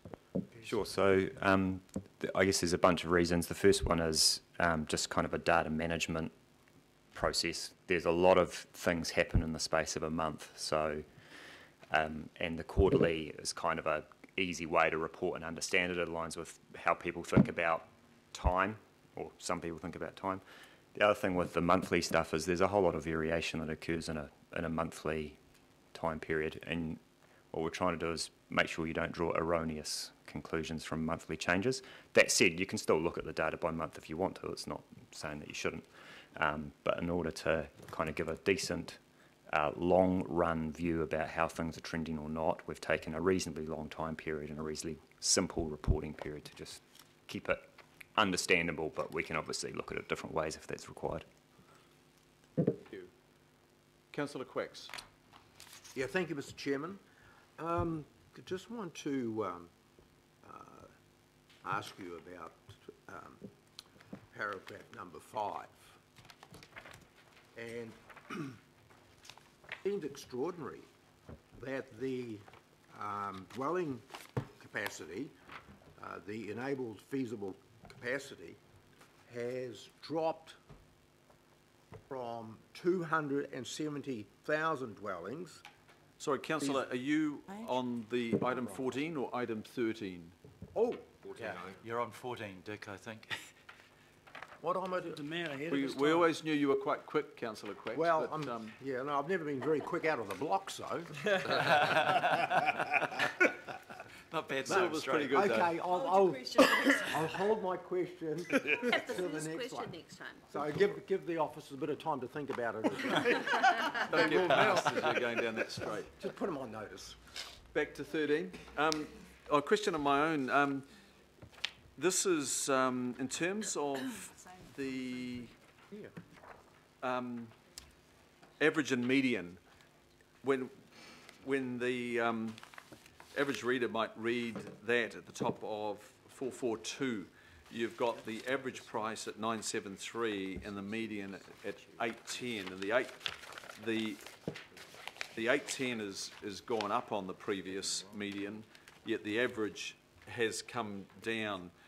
Do you want to just briefly explain that? Because someone might look at that and say, oh, that's a discrepancy, but it's not. Yep, sure. So we've made the definitions of mean and median are in the appendices, I believe, as to how that's calculated. But effectively it relates to the distribution of things that happen over a period of time. And so there are two ways of explaining in an sort of in an average sense about what is happening. But they are, the key point there is you need to understand the distribution of what's happening, and this is just a simple statistic to describe that kind of average situation, which, and I guess as the distribution shows, there kind of isn't an average situation. So, yes, okay. And the affordability model that'll be new to many, and this is courtesy of some work that's been undertaken by our chief economist, David Norman. Formerly, it's been the household income to median house price ratio that's been used, and it's been often referenced by other economists and by media. And there's a new affordability model that's been developed by our own chief economist here. I think this is really important, and he has highlighted a disparity here if you rely on that model when you're relying on household incomes that are higher or lower only because of the number of people that are in the household. Do you want to just take this opportunity to explain that new model that's been adopted? Okay. The new SAM model developed by David Norman's team, it is a relative measurement.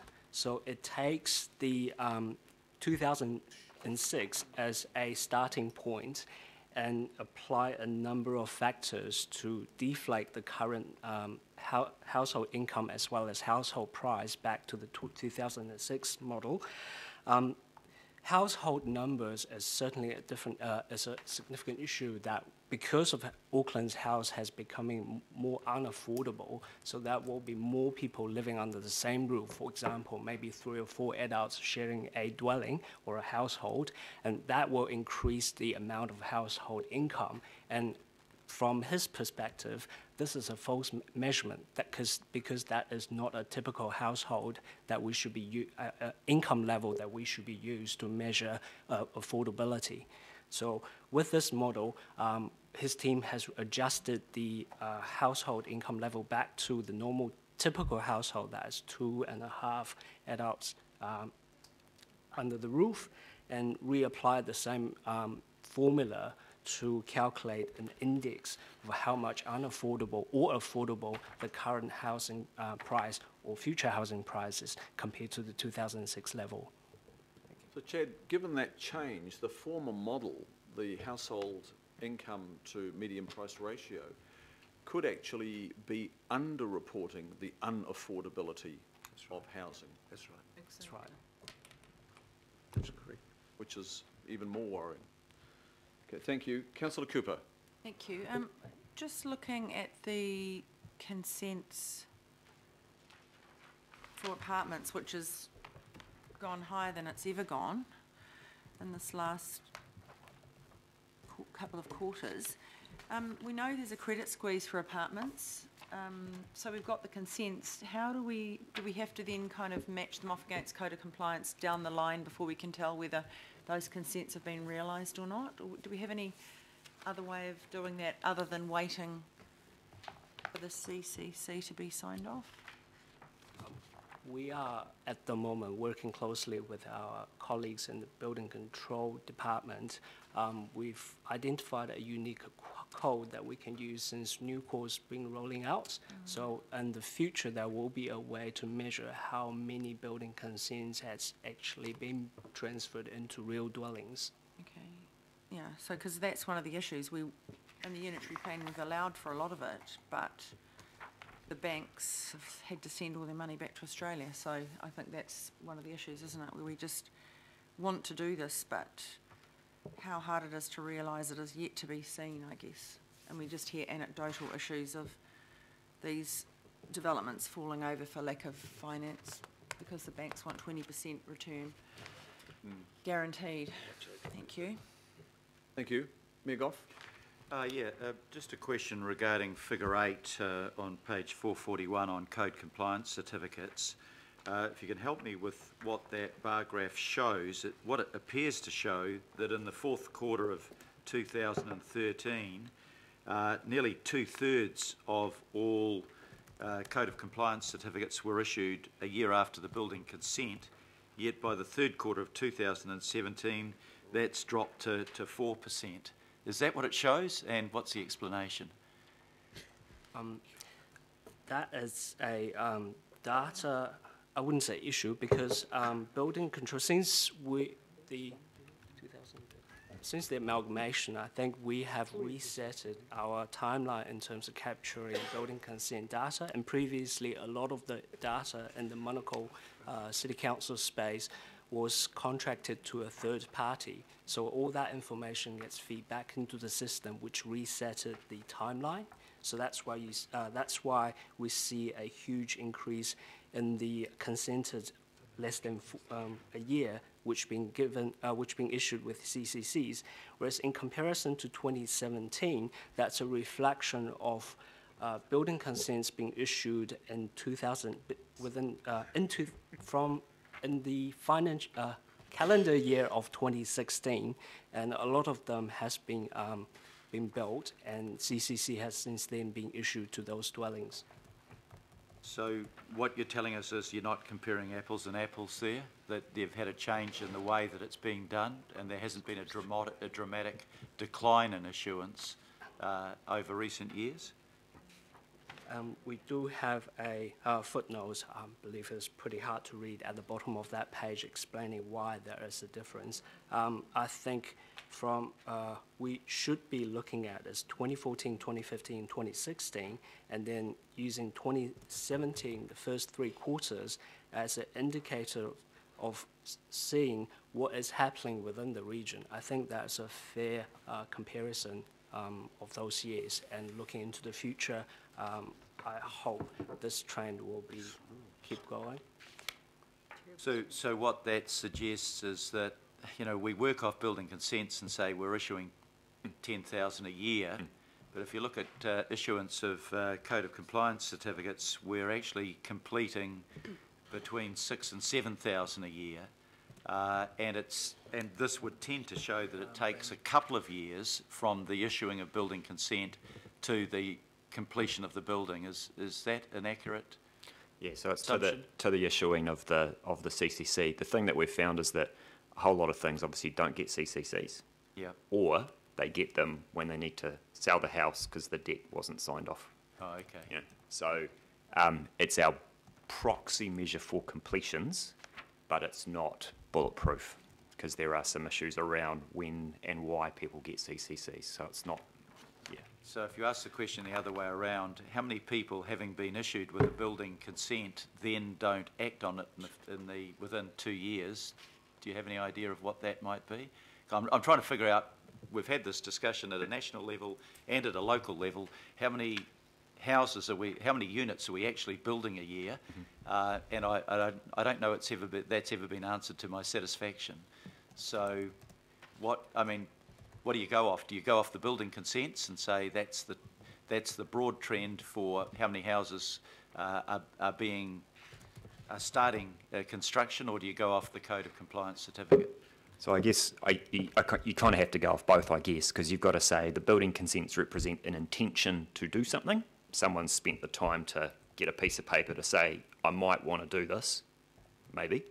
Yep. And then the CCCs, you can kind of match them back to say, well, they clearly went through the process and some building works were signed off that were consistent with the consent. So you do have to use kind of the consents are the input, and the CCCs are a proxy for the production of, but they're only a proxy. We still don't, the final question of exactly how many houses has been built is open. Okay, but presumably if you pay quite a lot of money for a building consent, you don't enter into lightly on the basis I might build, and then for most people who get a building consent, they go ahead and build, don't they? Yep, but that might not show up in the CCCs though. Yeah, okay. Yeah. Thank you. Councillor Wayne Walker? Yeah, got a few questions. The first one goes partly to the issue that Councillor Quacks was going to raise. That's in another report. I know it is. Having said that, when I look at the information that's presented, I don't see any reference to what's available through the unitary plan, the 422,000. I mean, is there a reason why there isn't some commentary around that in terms of land that's potentially available? Regan? No, other than we've tried to keep this report focused on housing and business statistics, consistent with what the MPS requires us to do. The issue of land, I guess, is more of a, it's not something that we monitor regularly, so we kind of wouldn't be that much point in putting it into a quarterly report, but it's also kind of not within the scope of how we've thought what this report should do, which is to give a general overview of the Auckland region's housing market. So, yeah. Okay, through you, Mr. Chair, I guess when I look at page 433 and I see 2.1 land supply, I would assume that we'd be commenting on the overall land supply because that's the context. So I just want to raise that issue. I would have thought that there was a need for that context. The other question I've got just goes to reporting and the necessity, I'd suggest, for us to report on greenfield versus brownfield, because quite obviously that ties to the unitary plan. Is there any reason why we don't show some breakdown around that? Regan? Yep. So some of the data sets are broken up in those kinds of categories, and there are a couple of maps in there. There's a slight difference between brownfield versus greenfield. We talk about urban area, but that's kind of a definitional issue. Suffice to say that we can analyse the data in many more ways than we've currently included in the report. So if more analysis is required on specific things, we're happy to do that. Okay, through you, Mr. Chair, I mean, I understand and I can look at the maps and I might second guess greenfield and brownfield, but I'd suggest most people out there are going to have a real difficulty. It would be incredibly useful to have the numbers, and given that the greenfield-brownfield mix is critical to us in terms of sustainability and a number of things, I'd suggest that it's useful to pick up on that. The other question I've got just goes to reporting around the mix of, and I'm just trying to find it,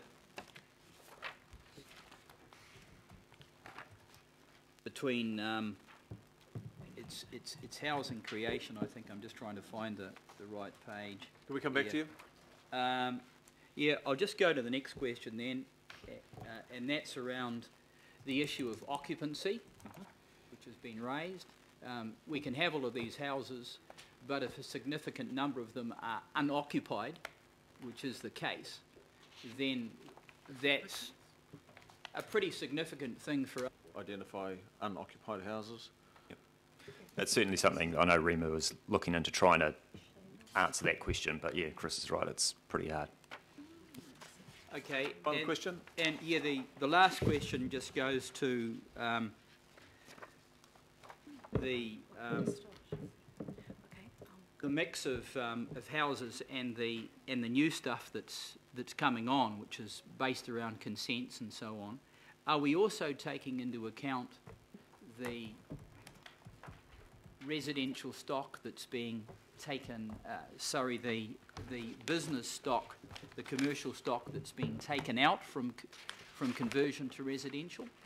Is that implicit in the figures that we're reporting on? Regan. It cuts both ways. We might be creating... I think Regan's got it. He's thinking. So I think, Wayne, is the question, if you've got a commercial building and then you decide to turn it into apartments, say, you're creating residential capacity and you're losing business capacity, Sure. Is that right? I mean, my question goes to page 449, 3, business, where we're giving stats on business floor space and then business sites created. I understand that we might be creating some business floor space, but at the same time we're also taking out business space. So are these figures here net, or are they just one part of the equation? I think it's one part of the equation. The building consent space is quite a distinct separation from of business and residential.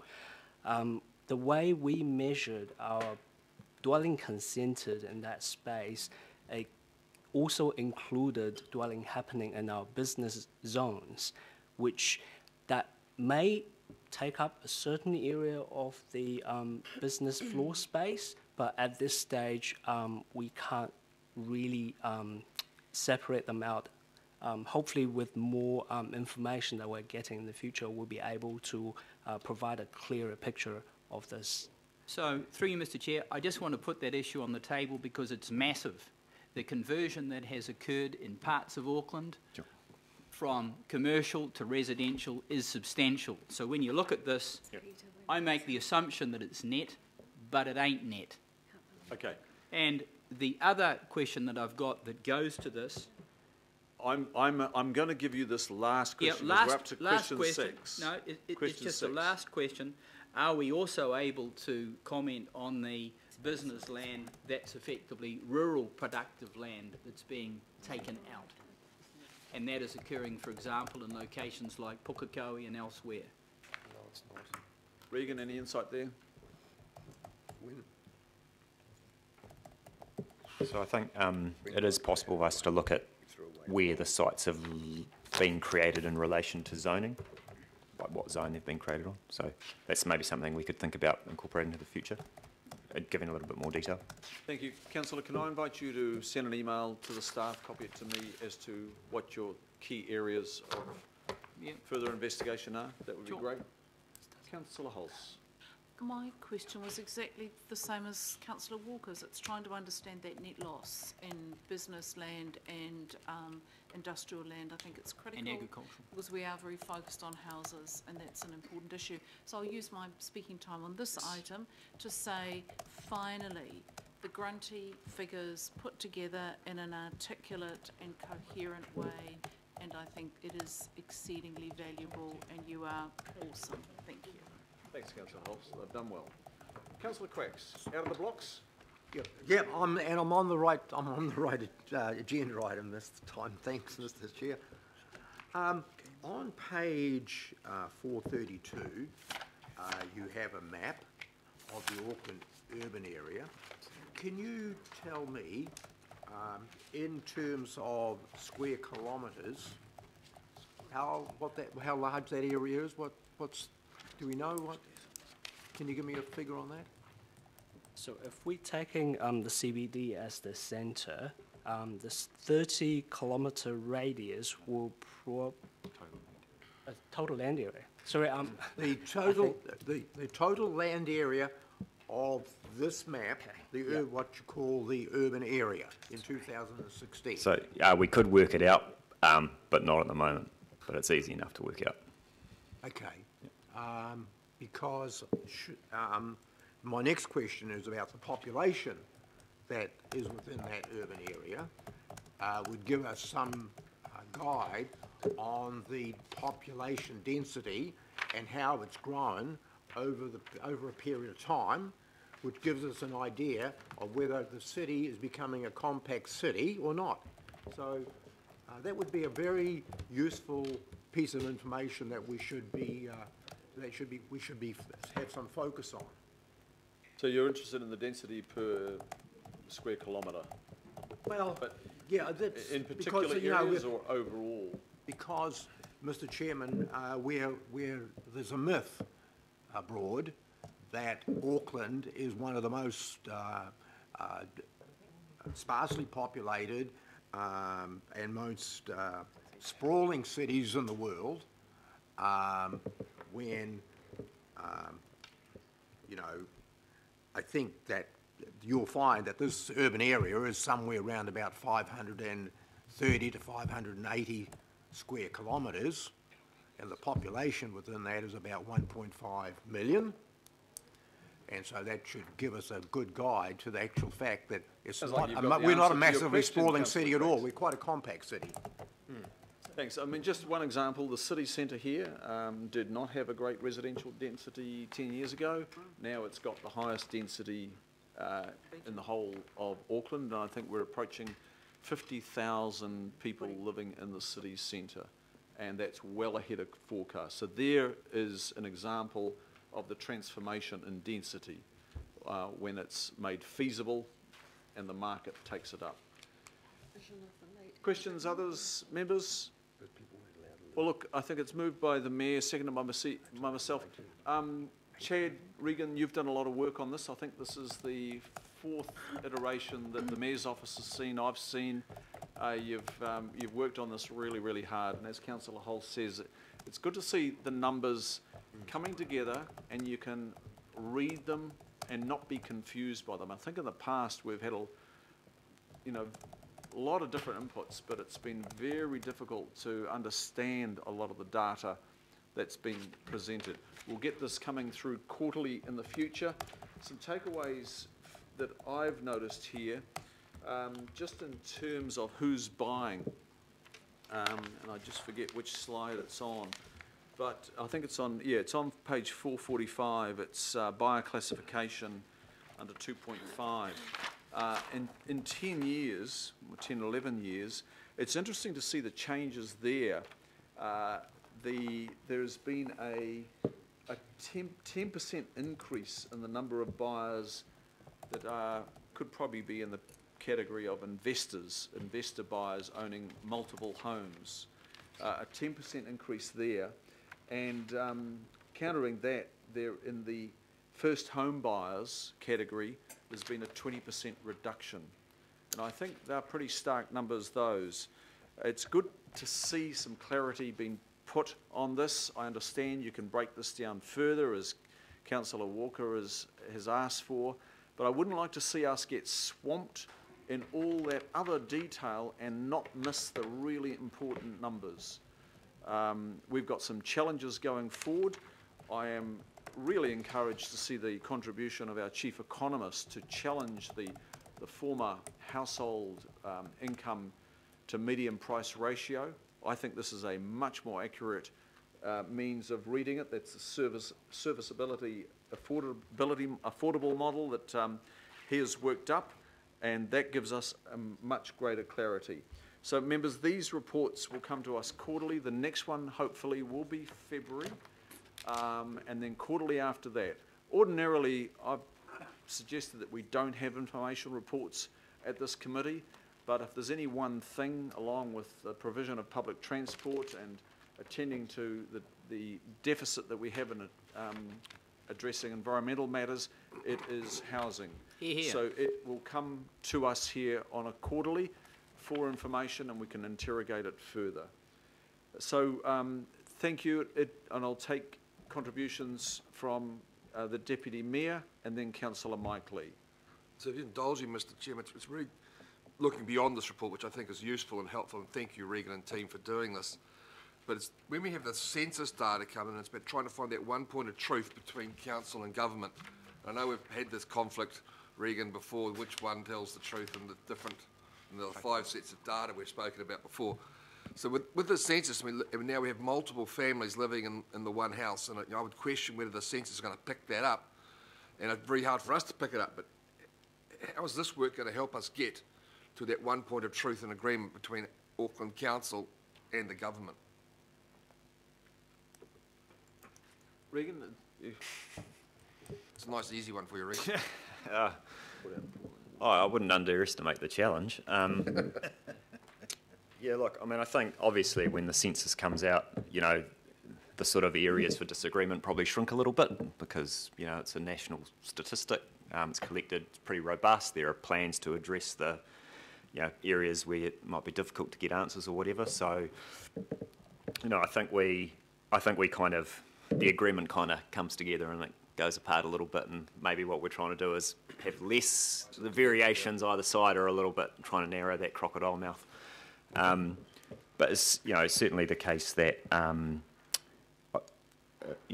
think from my perspective anyway, we're sort of saying you need to look at the distribution of things like prices and locations and stuff like that, and maybe think about the region in a little bit more with the complexity in which is actually occurring. So I think we're probably we definitely agreed about the kinds of statistics we should look at. So I think we're getting closer.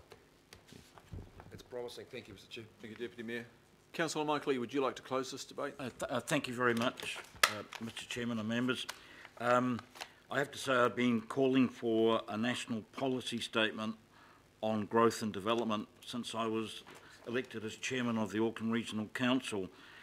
This is not quite what I had in mind because it's suggestive of a mechanistic growth approach to capacity. However, it is a national policy statement, so it's not entirely members about Auckland. That's one thing to note. The other point to note is that a national policy statement is an instrument of the Resource Management Act, and therefore is obliged to meet the purposes, the principles and purposes of the Act, Section 5, the sustainable management of natural and physical resources. So it's not entirely, despite the title of the policy statement, a mechanistic thing. There are legal issues of sustainability and I guess even moral issues when it comes to the natural environment and impacts on the environment. So greenfields, we have some constraints within the Auckland boundaries in terms of elite productive soils. That's a constraint that in terms of meeting our obligations of sustainable management we have to take into account. Councillor, brownfields. Can I just check with you, are you referring to item 14 or 13 that we're on? We're on the housing report. And I think you might... National policy statement on urban development capacity. Yeah, they both have similar headings and it's very easy to get confused. I've done a quacks. You and Hey Mike, at least you and I are on the same page. You put an arrow on my remarks and point it to the next one. Do you mind if we pick up your contribution in the next item? Well, I am talking about the National Policy Statement on Urban Development Capacity. Yeah, that's on this one. Yeah. That's the one you got. Look, if you'd like to continue, this is particularly on the housing numbers, the housing data in response to that. And I think you were alluding to greenfields, brownfields, which is probably in the next report. Okay, I'll work to do it. Where you suggest, Mr. Chairman. You okay with that? Yep, sure. Thank you. Any other contributions? I think we'll close it there. All those in favour say aye. Aye. We'll go again. All those in favour say aye. Aye. Contrary, no. Declare that carried. Regan and Chad, great work. Well done. Members, we didn't take a break as I omitted to do. Are we okay to go to the next report and then go to lunch? Nobody's got anything to say about 14, have they? You just hit them. Happy to move, Mr. Chair. Hey, you got two people at least. We'll go to 14. I'll move your second. Absolutely. I'll move and Councillor Walker second. Thank you. Thank you. So back with Regan again and Kyle Bulston, who would like to introduce. This is a very technical report. Regan, would you take us through it, please? Happy to. So I'm not going to go line by line because it's going to get too difficult. But just a few comments from me to start off with. So what the report has the initial residential analysis that's required under the MPS. The business work is still underway, and what we're requesting is that Chris and Bill can sign it off before the 31st of December, and also that we're going to signalling that we're going to be doing some more analysis in the new year. Just in terms of the kind of high-level numbers view, we're sort of suggesting, well, we are suggesting the population growth in terms of household demand is about 350,000 over the medium term. You can think about the modelling in a couple of ways. So the first thing that we've done is we've worked out what does the plan, the current operative and part unitary plan, what does it enable in terms of additional capacity, and there's a range that's in the report there. The million figure, that represents a redevelopment scenario, so you kind of basically wipe the slate blank and start again, so it's pretty nuclear. If you add in the capacity that you can get in your town centres and your mixed zone areas, then that million goes up. The plan enabled the amount of plan-enabled capacity that's commercially feasible, so that's the second piece of analysis. That's about 140,000 dwellings in the residential zones in the urban area, and about 146 in the future urban area. So that gives us, call it 290-ish. In addition to that, you can add about 20k in the rural area. That's an upper estimate. And you can also put in about another 30,000 for Housing New Zealand. Now, we're confirming the Housing New Zealand figures at the moment. So you add all those numbers up and you're going to get between 290 and 340-ish, give or take. So in the long run, what that means is that you've got 350 demand, you've got a little bit less supply. So effectively, the situation has flipped compared to what we had with the unitary plan. So people will remember 422 is feasible, 400 is demand, supply is higher than demand. We've kind of only just.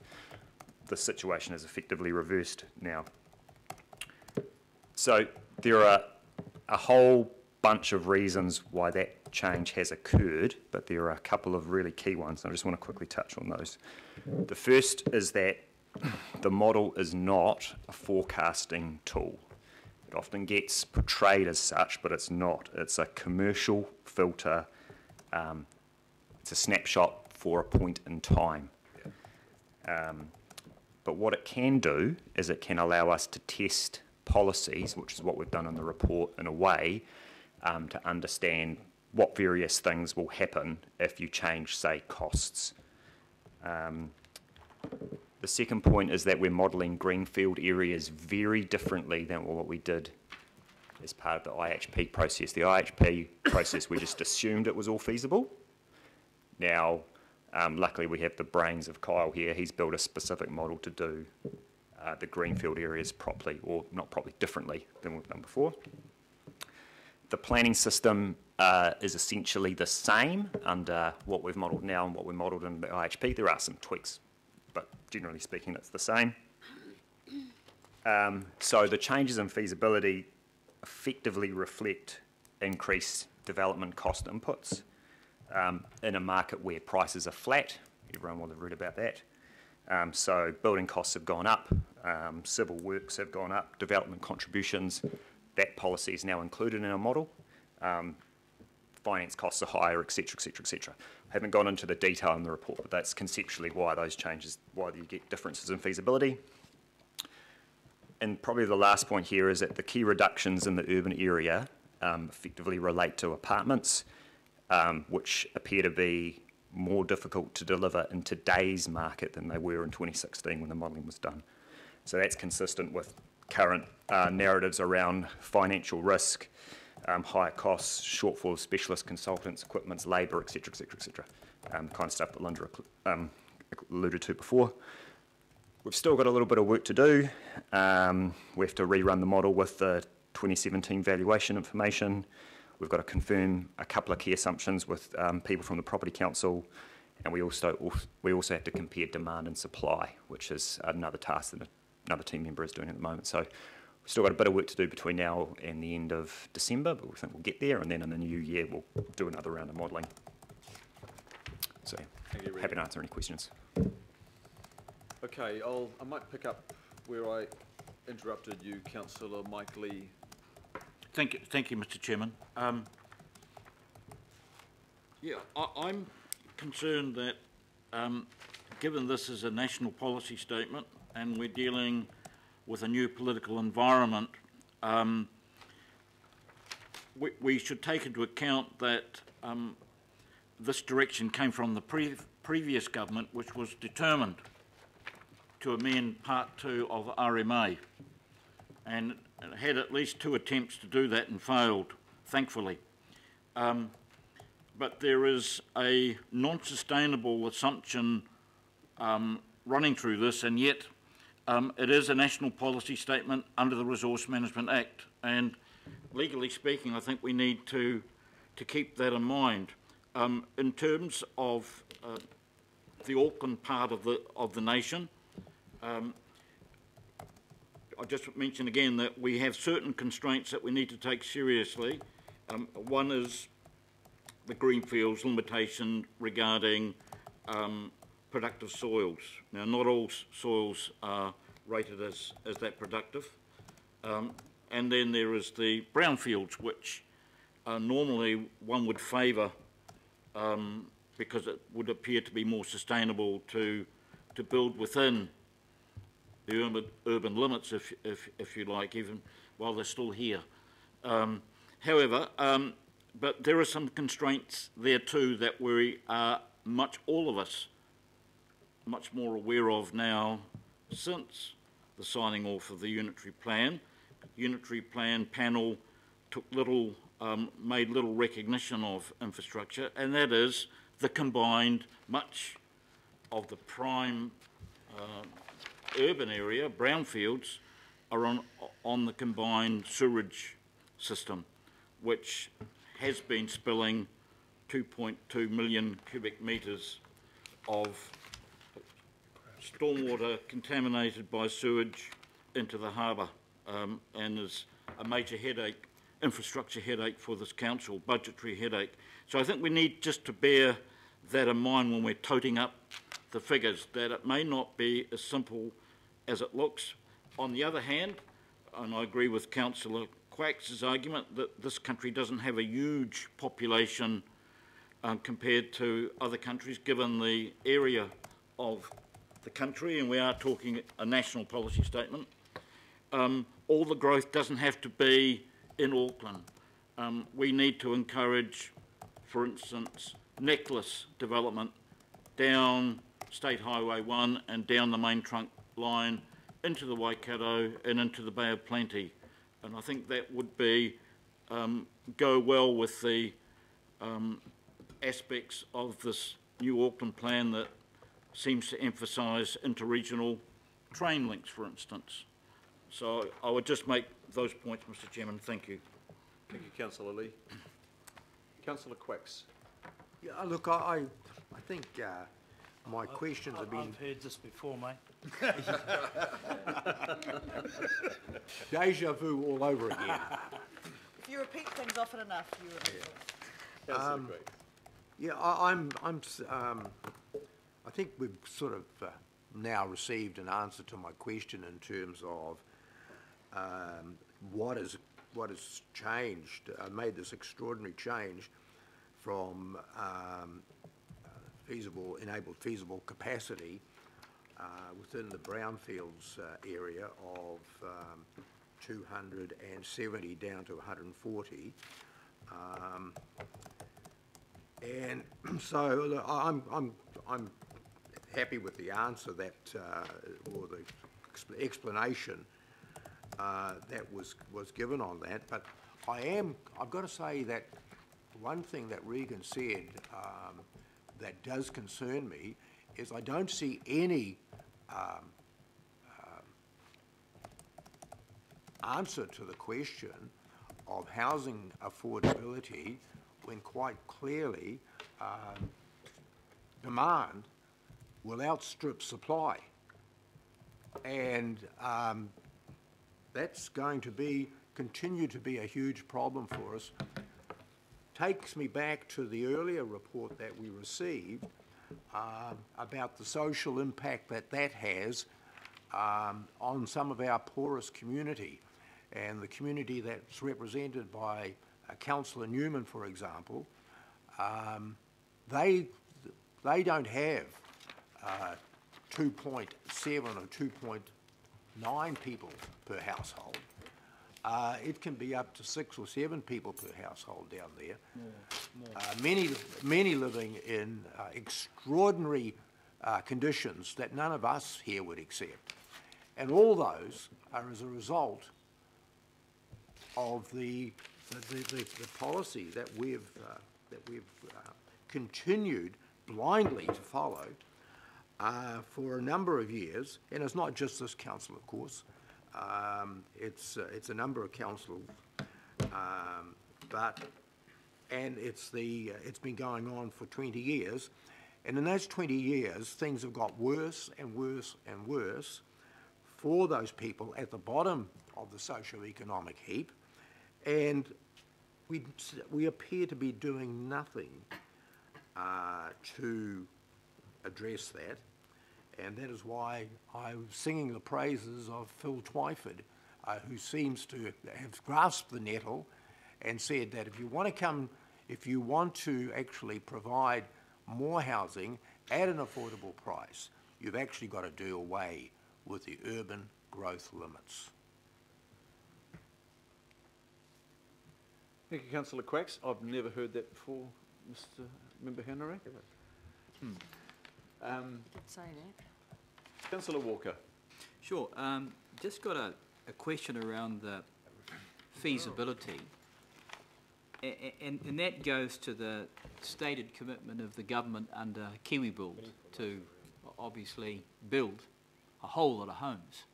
Is that something that you're factoring in, and associated with that the commitment on the part of Hobsonville Land Co that are involved with that to do the same, and that commitment around Kiwi Build significantly goes to brownfield areas, Housing New Zealand areas?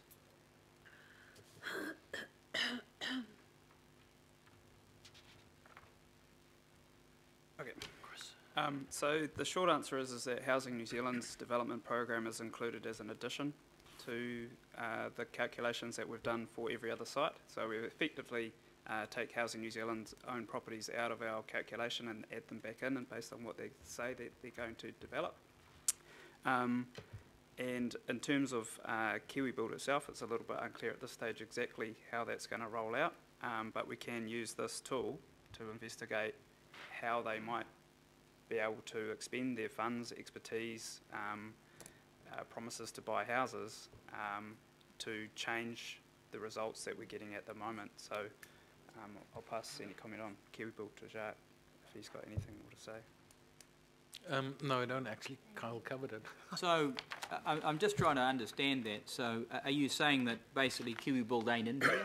It's not on there because we don't know exactly how they're going to roll it out at this stage. Okay. So what we've included at the moment is as far as we understand, the current Housing New Zealand program. Kiwi Build is probably going to be quite different. As soon as there's more clarity on that, then that can be included. But as Kyle said, in terms of Crown land and Housing New Zealand land, that does not come into the equation. So we don't model it as we do the other land. We work on what their redevelopment intentions are. So as soon as Kiwi Build is more clear, then that can be fed into the process. And we'll see a refresh of this? Yeah. Yeah, so one of the things that Kiwi Build might do, for example, is that they've said that they might try to de-risk some projects by essentially promising to pre-purchase. So that may change, for example, the amount of finance or contingency that the banks need for apartments, for example. So one of the key reasons that the numbers are quite different from the IHP modelling is effectively apartments have fallen away because of the essentially the financial side and the cost, which is increasing for the specialist consultants, builders, materials and equipment to build that kind of thing, which is partly a function of the fact that we changed the unitary plan to allow a whole lot more of that stuff to happen. So a whole lot more of it did, and there's only so much equipment to go around. Okay, so through you, Mr. Chair, I mean, I would make the observation that it would be useful to have some qualifier in here around the the Kiwi Build and the like, because it is hugely significant. The other question I've got, just a very quick one, goes to page 9, bullet point that starts sales prices, and there's a ratio here of $1 square metre discount. Is there meant to be an actual quantity in there? Is that a typo or a mistake, or is that just intended to be generic? On page 9, sir, at the top? Top of the page. Yep. Yeah. So there's actually quite a number of tables where all of that is outlined, and I can happily provide them too if you're interested, but it was basically just to a general rule to basically say that on a square metre build cost and sale price basis, houses are generally more per square metre. But as those things work out with how much land you can amortise across more units, sometimes that works out in the favour of higher intensity and sometimes it doesn't. So you're saying that apartments and terraces are cheaper than a house per square metre? No, sorry, yes. So they sell at a discount, but they cost more per square metre to build. So Okay, they that wasn't work in obvious to me. opposite ways to that. So it's about whether the land can be split across that or not. Thank you. Member Namani. Oh, kia ora. Just a question. I'm just interested in looking at known iwi development intentions and feeding that in. Yep. I just how is that being done? Is it as simple as you're just asking? Yeah, so we have looked on the websites of all the corporate component, where we've got corporate information from the various iwi about what they're intending, so we've bundled that all together and just confirming that those are the intentions that are out in the public domain about what, so we've got some stuff around some hotels and some various developments across the region. Yeah, I'm interested in that just because there's probably other ways too to collect that won't be sitting on their corporate websites also, and converse to that, there's probably a lot of things that are coming up. So I was just like wondering, over time, is that kind of something that you'll just look at evolving and receiving information as it comes? Yep, yeah, absolutely. And the other thing as well is, I guess, is that the tool is, if people wanted to take some land and think about what might be possible, they could kind of also do that rather than just us, taking some stuff. They could use the model too, I guess. So, yep. Okay, and is it capable of, in some of the other aspects of the information, that there might be nestled an iwi interest within a mix, say, of a housing development as an interest? Is that stuff capable of being drawn out to get into the body of getting a feel for what iwi development, how they're contributing to the market? Yes, we can. I guess it's difficult sometimes to pick out whether a development company happens to be iwi owned or not. So your question is kind of more generic around, can we identify specific developers and what they're doing, and trying to stay away from that a little bit in terms of this kind of forecasting. But I think that's something that if they are willing to tell us, because then it becomes public, then we're happy to pass it on. But that sort of commercial sensitivity is sometimes an issue for all developers until things are actually starting to be marketed, and then they'll take any publicity they can get. No, thank you. Member Namani. Megoff. Thank you, Mr. Chair. What stuns everybody around this table is the suggestion that in the space of a year, the number of brownfield development sites has halved. And I think my suspicion is that there's something wrong with the model here. Aren't you assuming, when you said to us that the problem comes because the increased development costs where the price of selling the land thereafter remains flat, but aren't you assuming that if the price of selling the property when you've developed remains flat or goes down, that the cost of purchasing it and the cost charged by those to develop it is going to stay high? That's not how the market works. If the cost of selling it goes down, the cost of having to buy that property, brownfields property, will also go down presumably, and those that will otherwise be struggling to find work are going to drop their prices. So how much can we rely on the model that you're putting forward? I think you pointed out a few issues with the model, and that can be a valid response to that. We have inflated the price of development sites largely, which will be more expensive than a general site, and your point is correct in that is effectively if the ability to supply dries up, then construction costs, for example, will drop back to where they should be. So this is a snapshot in time. But also the relativity between sales prices of new things compared to a site that you can build things on will track in the same way, but a developable site is going to be worth more as a development site. And we're effectively assuming that sales prices are flat as are purchase prices, except for highly developable sites in high-end areas have increased because they're effectively scarcer than everything else. Okay, imagining that I'm wrong and your model's right, the National Policy Statement requires that we match the supply of property with the demand for it. And you're saying, yeah, we can do that in the short term, we can do that in the medium term, but not in the long term. So what are the options for the development of further capacity that you are, say this is sustained, and I'm not sure it will be, but if it were sustained, what are the options that we would have in order to lift the level of supply?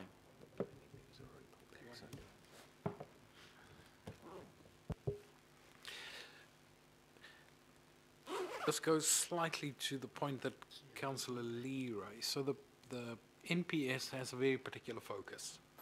And so its solution would be that capacity is increased either by further upzoning of the existing brownfield area or by creating more new future urban land. That's essentially what the NPS would see as a planning response. I don't think the NPS really sees responses in terms of some of the inputs to what has caused some of this other than the planning, so some of the financial aspects of this. So if you take it in from a purely NPS perspective, you would have to upzone further. Whether that makes it more feasible at the same point in time or not is debatable, or you would have to release more land. Yeah.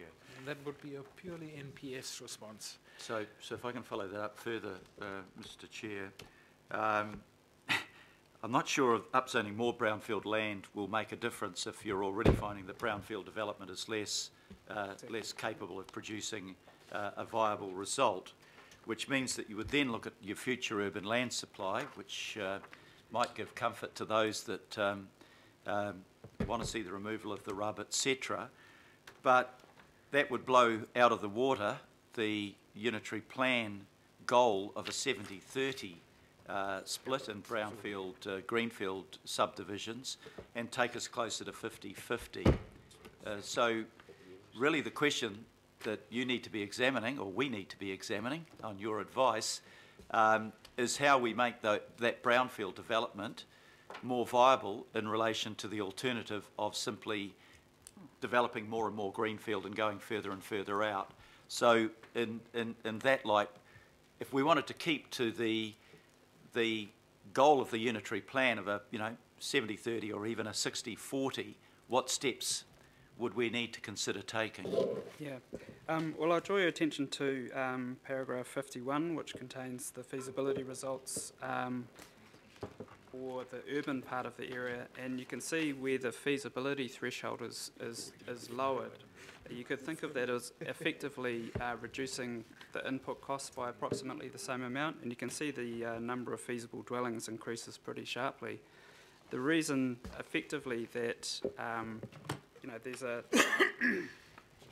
if we drop our costs by around 10%, we effectively more than double the amount of feasible capacity under today's costs, which gives you an idea about how tight the margins were before. So anything we can do to reduce costs and increase the speed of development is going to be helpful there. So you're talking about dropping the costs, not the threshold?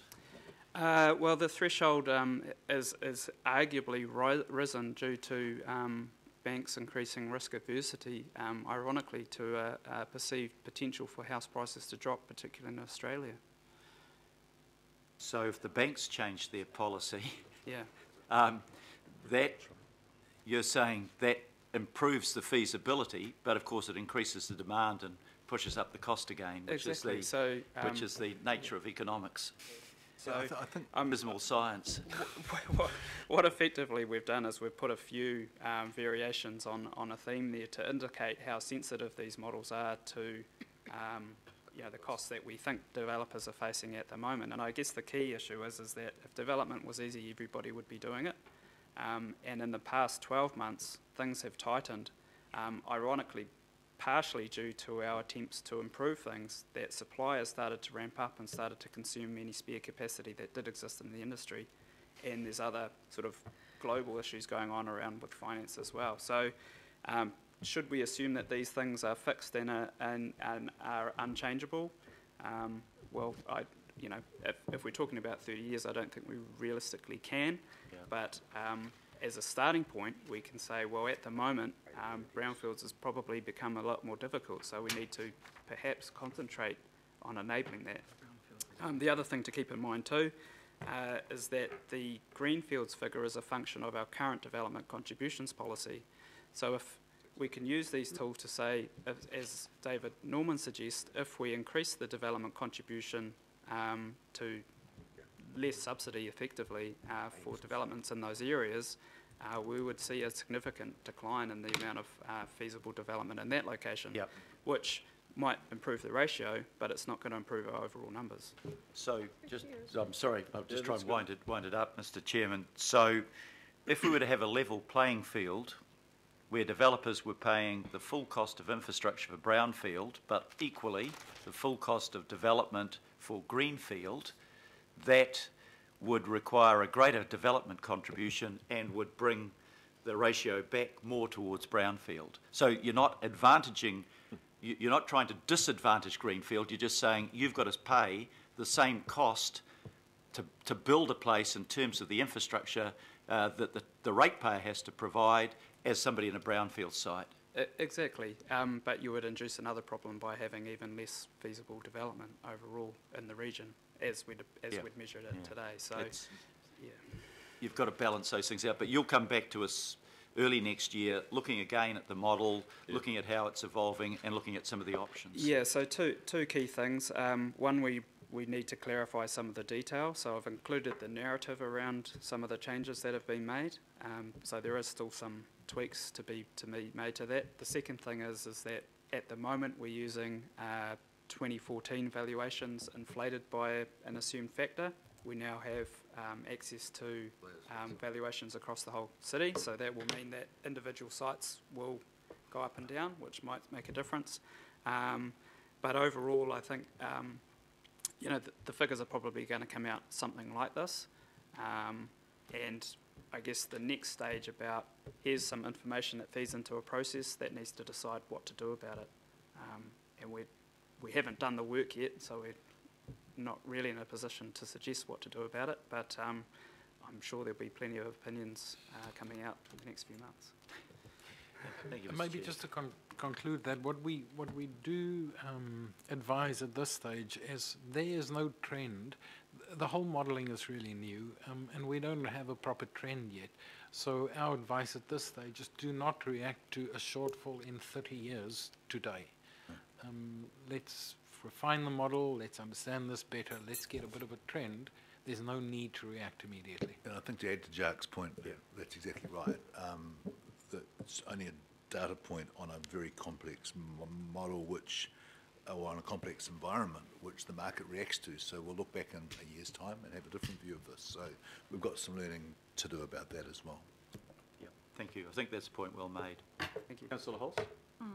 Thank you. And just carrying on from that, Mr. Chair, I just realised how much I've missed the discussions with Kyle on enabled and feasible and unit numbers that we got completely hooked up in what's soon for years under the unitary plan. Mr. Chair, my question is just around the process. So this very critical piece of work will be the basis on which we'll discuss these issues with government, I have no doubt. Because the change in the last few weeks, we were dealing with a government that kind of understood why RUB was important, but had no interest in building houses. We now have a government that has no idea why RUB's important and wants to build houses. So we need to change the narrative in this. And the other thing I think we need to build in is the cost of our consenting process. Now, I'm not talking about the cost, in other words, how much we charge, but the cost of our consenting process, asking developers to come back and back and back, because the holding costs on those pieces of land are what are driving these to the wall. And I think we need to take a long, hard look at that. I know we're trying hard, but I'm really concerned that this is adding and exacerbating the problem. And finally, Mr. Chair, I'm sorry to talk quickly, but I have to take a call on Kauri Dieback in about a minute. I'm just hoping that we pick up the sensitivity with government around the call for, Councillor Quacks is delighted with the Labour government wanting to get rid of the RUB. I think we need to lay it on absolutely clearly the cost of the proposal by this government to remove the RUB and the fact that this will completely stall our ability to deliver on those expectations. It's dealing with cost of capital, it's keeping the construction pipeline open, and it's dealing with those other impediments out there in the building industry that need to be dealt with. And I really hope that between yourself and the Deputy Mayor, this message is delivered unequivocally. Thank you. Very well. Thank you, Councillor. And our officials actually were talking to government officials this morning on that very thing and urban development strategy that the government would like to work on. Awesome. I think the government, we've all got some incredible challenges here, if I can just wrap this up. While some would think that it's the planning framework that's going to be the saviour for us all in delivering of housing, it's pretty clear through this report that it is not just the planning framework. We could enable feasible development all the way to the Brynderwyns and all the way to where Hamilton might meet us. But there's a certain thing about the market might have a different view.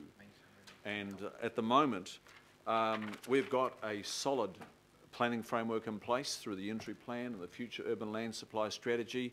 We actually don't have a limit to the city anymore. We did away with that in the unitary plan. Seems some people forget that.